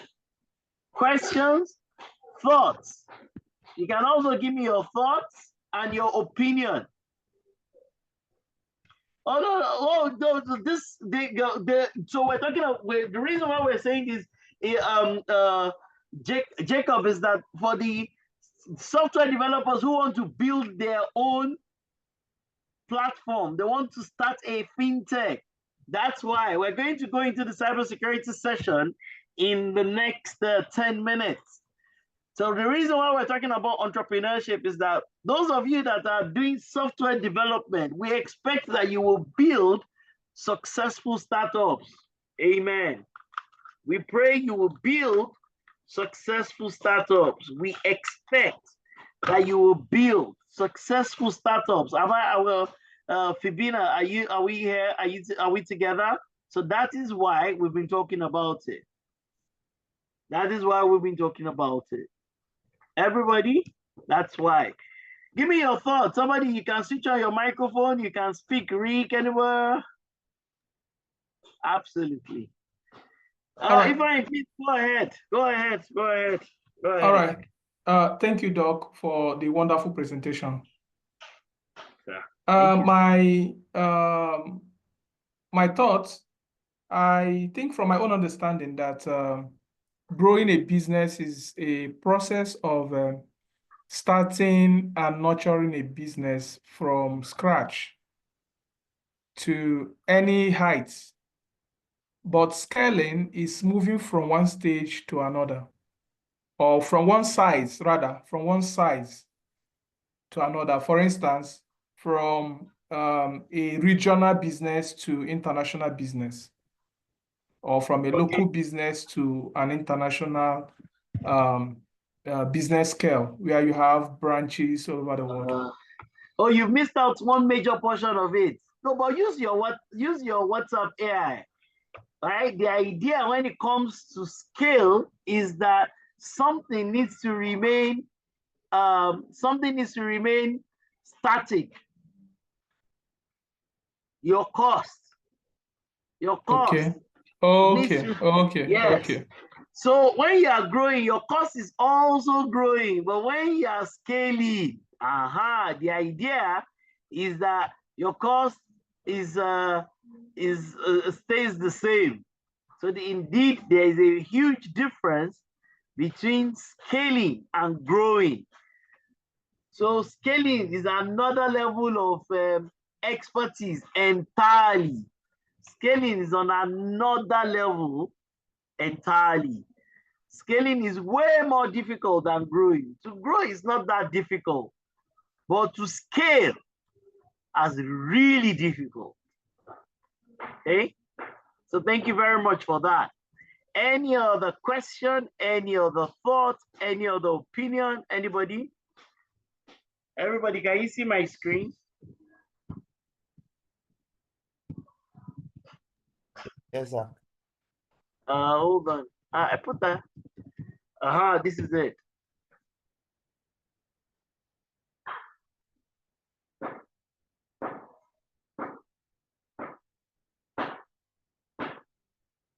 So the ideal place you and I are looking to go to is to scale. We pray, we hope, we pray. We pray, we hope. All right, any other question? It doesn't have to be a question, it can be a thought, it can be an opinion. What's your big takeaway from this session? Anybody? Quickly, Rick, tell me, Covenant, tell me, Jadisola Rufai, Adebayo, everybody have come to the end. Temi, Stella, Mobolaji, Richard, Mr. Abiodun, right? Quickly, everybody, you can tell me in the chat room, you can switch on your microphone. Just tell me what's your big takeaway. There's a lot that we've said today. What is your big takeaway? Either from the earlier sessions, Tommy Singh. Everybody? All right, Mr. Rick, please go ahead. All right, thank you very much once again for this opportunity. You just ended the class with this model. I call it HH plus PH model, which is you say hustle hard, you say hustle hard and pray harder. So I've given it a nomenclature, HH plus PH model. Hey, absolutely. In Nigeria, because of VUCA, because we're completely VUCA environment, you need to hustle hard. But you need to also simultaneously. Nigeria has a spiritual dimension to it that all other parts of the world might not even have. I started sweating here when that came. That was a very hard to say closing. Anyway, thank you. Anyway, then the second point I really was a little concerned for me was it resonates with me very, very well. Business is not what you want to sell. It's not what you want to sell, it's what people want to buy. That was huge, very, very huge for me. You know, when you talk about ideas is your personal inspiration, is what you want to bring to bear. So you can have an idea, or I can have an idea that is not viable, is not able to get the market that I require. Even though the idea can be exciting to me, it can be inspirational to me, it can be a driving force for me, but the idea may not be what that the other people would like. Let me give a practical example for myself, and I like to get your advice on this. All right, I run in Nigeria. I run an entrepreneurship focus training for entrepreneurs. Entrepreneurs means here, of course, we know what they mean, but our focus is actually on you can imagine. Let me just mention a few of them: carpenters, welders, all those artisans that have handiwork, but they have less time to able to make their business grow. So we've been able to discover that, okay, with the advent of technology, IT, for example, we can upscale their business to a level where they can become more visible rather than staying in a certain community or area where nobody knows them. But we say, okay, if we train you, we can put your business on the platform or on the internet that will enable you to create more awareness about that could earn you more market. Now, this thing doesn't really interest these people. That's the point. It's not interesting. It's not fascinating for them. We are excited about it. We are saying, oh, we believe that if you can come into our platform, you can come into our services, we can get you. This is where it doesn't excite. These are people, for example, some of them have been in this business for like 20 years, 15 years, 10 years. And maybe for the upcoming ones, they are excited about it because we did a visibility study to ask them, okay, if you're going to how much would you like to pay if we market your business? Some young average, we asked for age between 30 down to 15. They were excited about it. But those that are at 50, they don't care about it. It's like, my years are finished. What is that? So how do we manage this? It's a real burden for me, sir. Thank you. Thank you very much. Because of time, there's no one straight jacket answer, but let me give you an example, right? I used to teach in Lagos Business School. I teach the same thing that I'm teaching to organizations. Sometimes we charge $500,000 for 4-day, 3-day class per person. The same things that I'm teaching here. I'm the same person teaching, using the same content, the same examples. We advertise, we get people register, people know about it, but the people still don't show up in class. Now you're here, you're getting value. If we're wasting your time, you would have left, because you know that this is valuable. We're professionals, we work for organizations. This is our not-for-profit business. But still, look at it, on this call, you have only 20-something people as it is. Something that is useful, valuable to people, but people still are not showing up.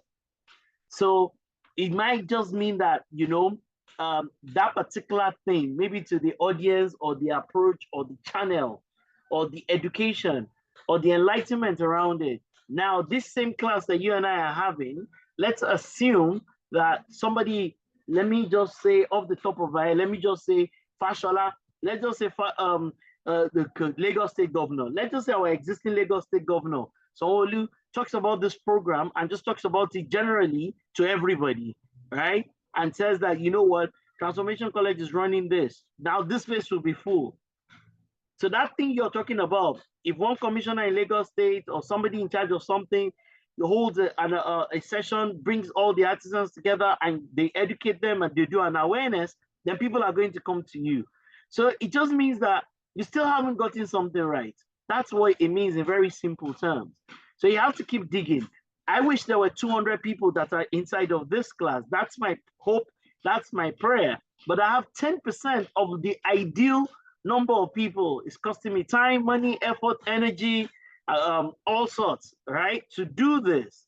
But I have 10% of the ideal number of people that I'm looking for. It just tells me that I still need to get something right. It can be my channel, it can be my positioning, it can be my publicity, it can be something. But there's still something you need to get right. All right. Thank you very much, everyone. Thank you for having me. It's been my pleasure. God bless you all. I think we have our cybersecurity session now as it is. And so I'll hand over to the Transformation Collect team as they take this forward. Thank you very much, everyone, for your time. I appreciate you all. Thank you. Thank you. All right. Thank you so much, boss. Thank you. It was a nice time having you in class. Please, everyone, let's appreciate the proprietor. Let's appreciate him. Let's keep the appreciation coming so we can start the next session right away. All right. Okay. Thank you so much, everyone. So the next session is going to be software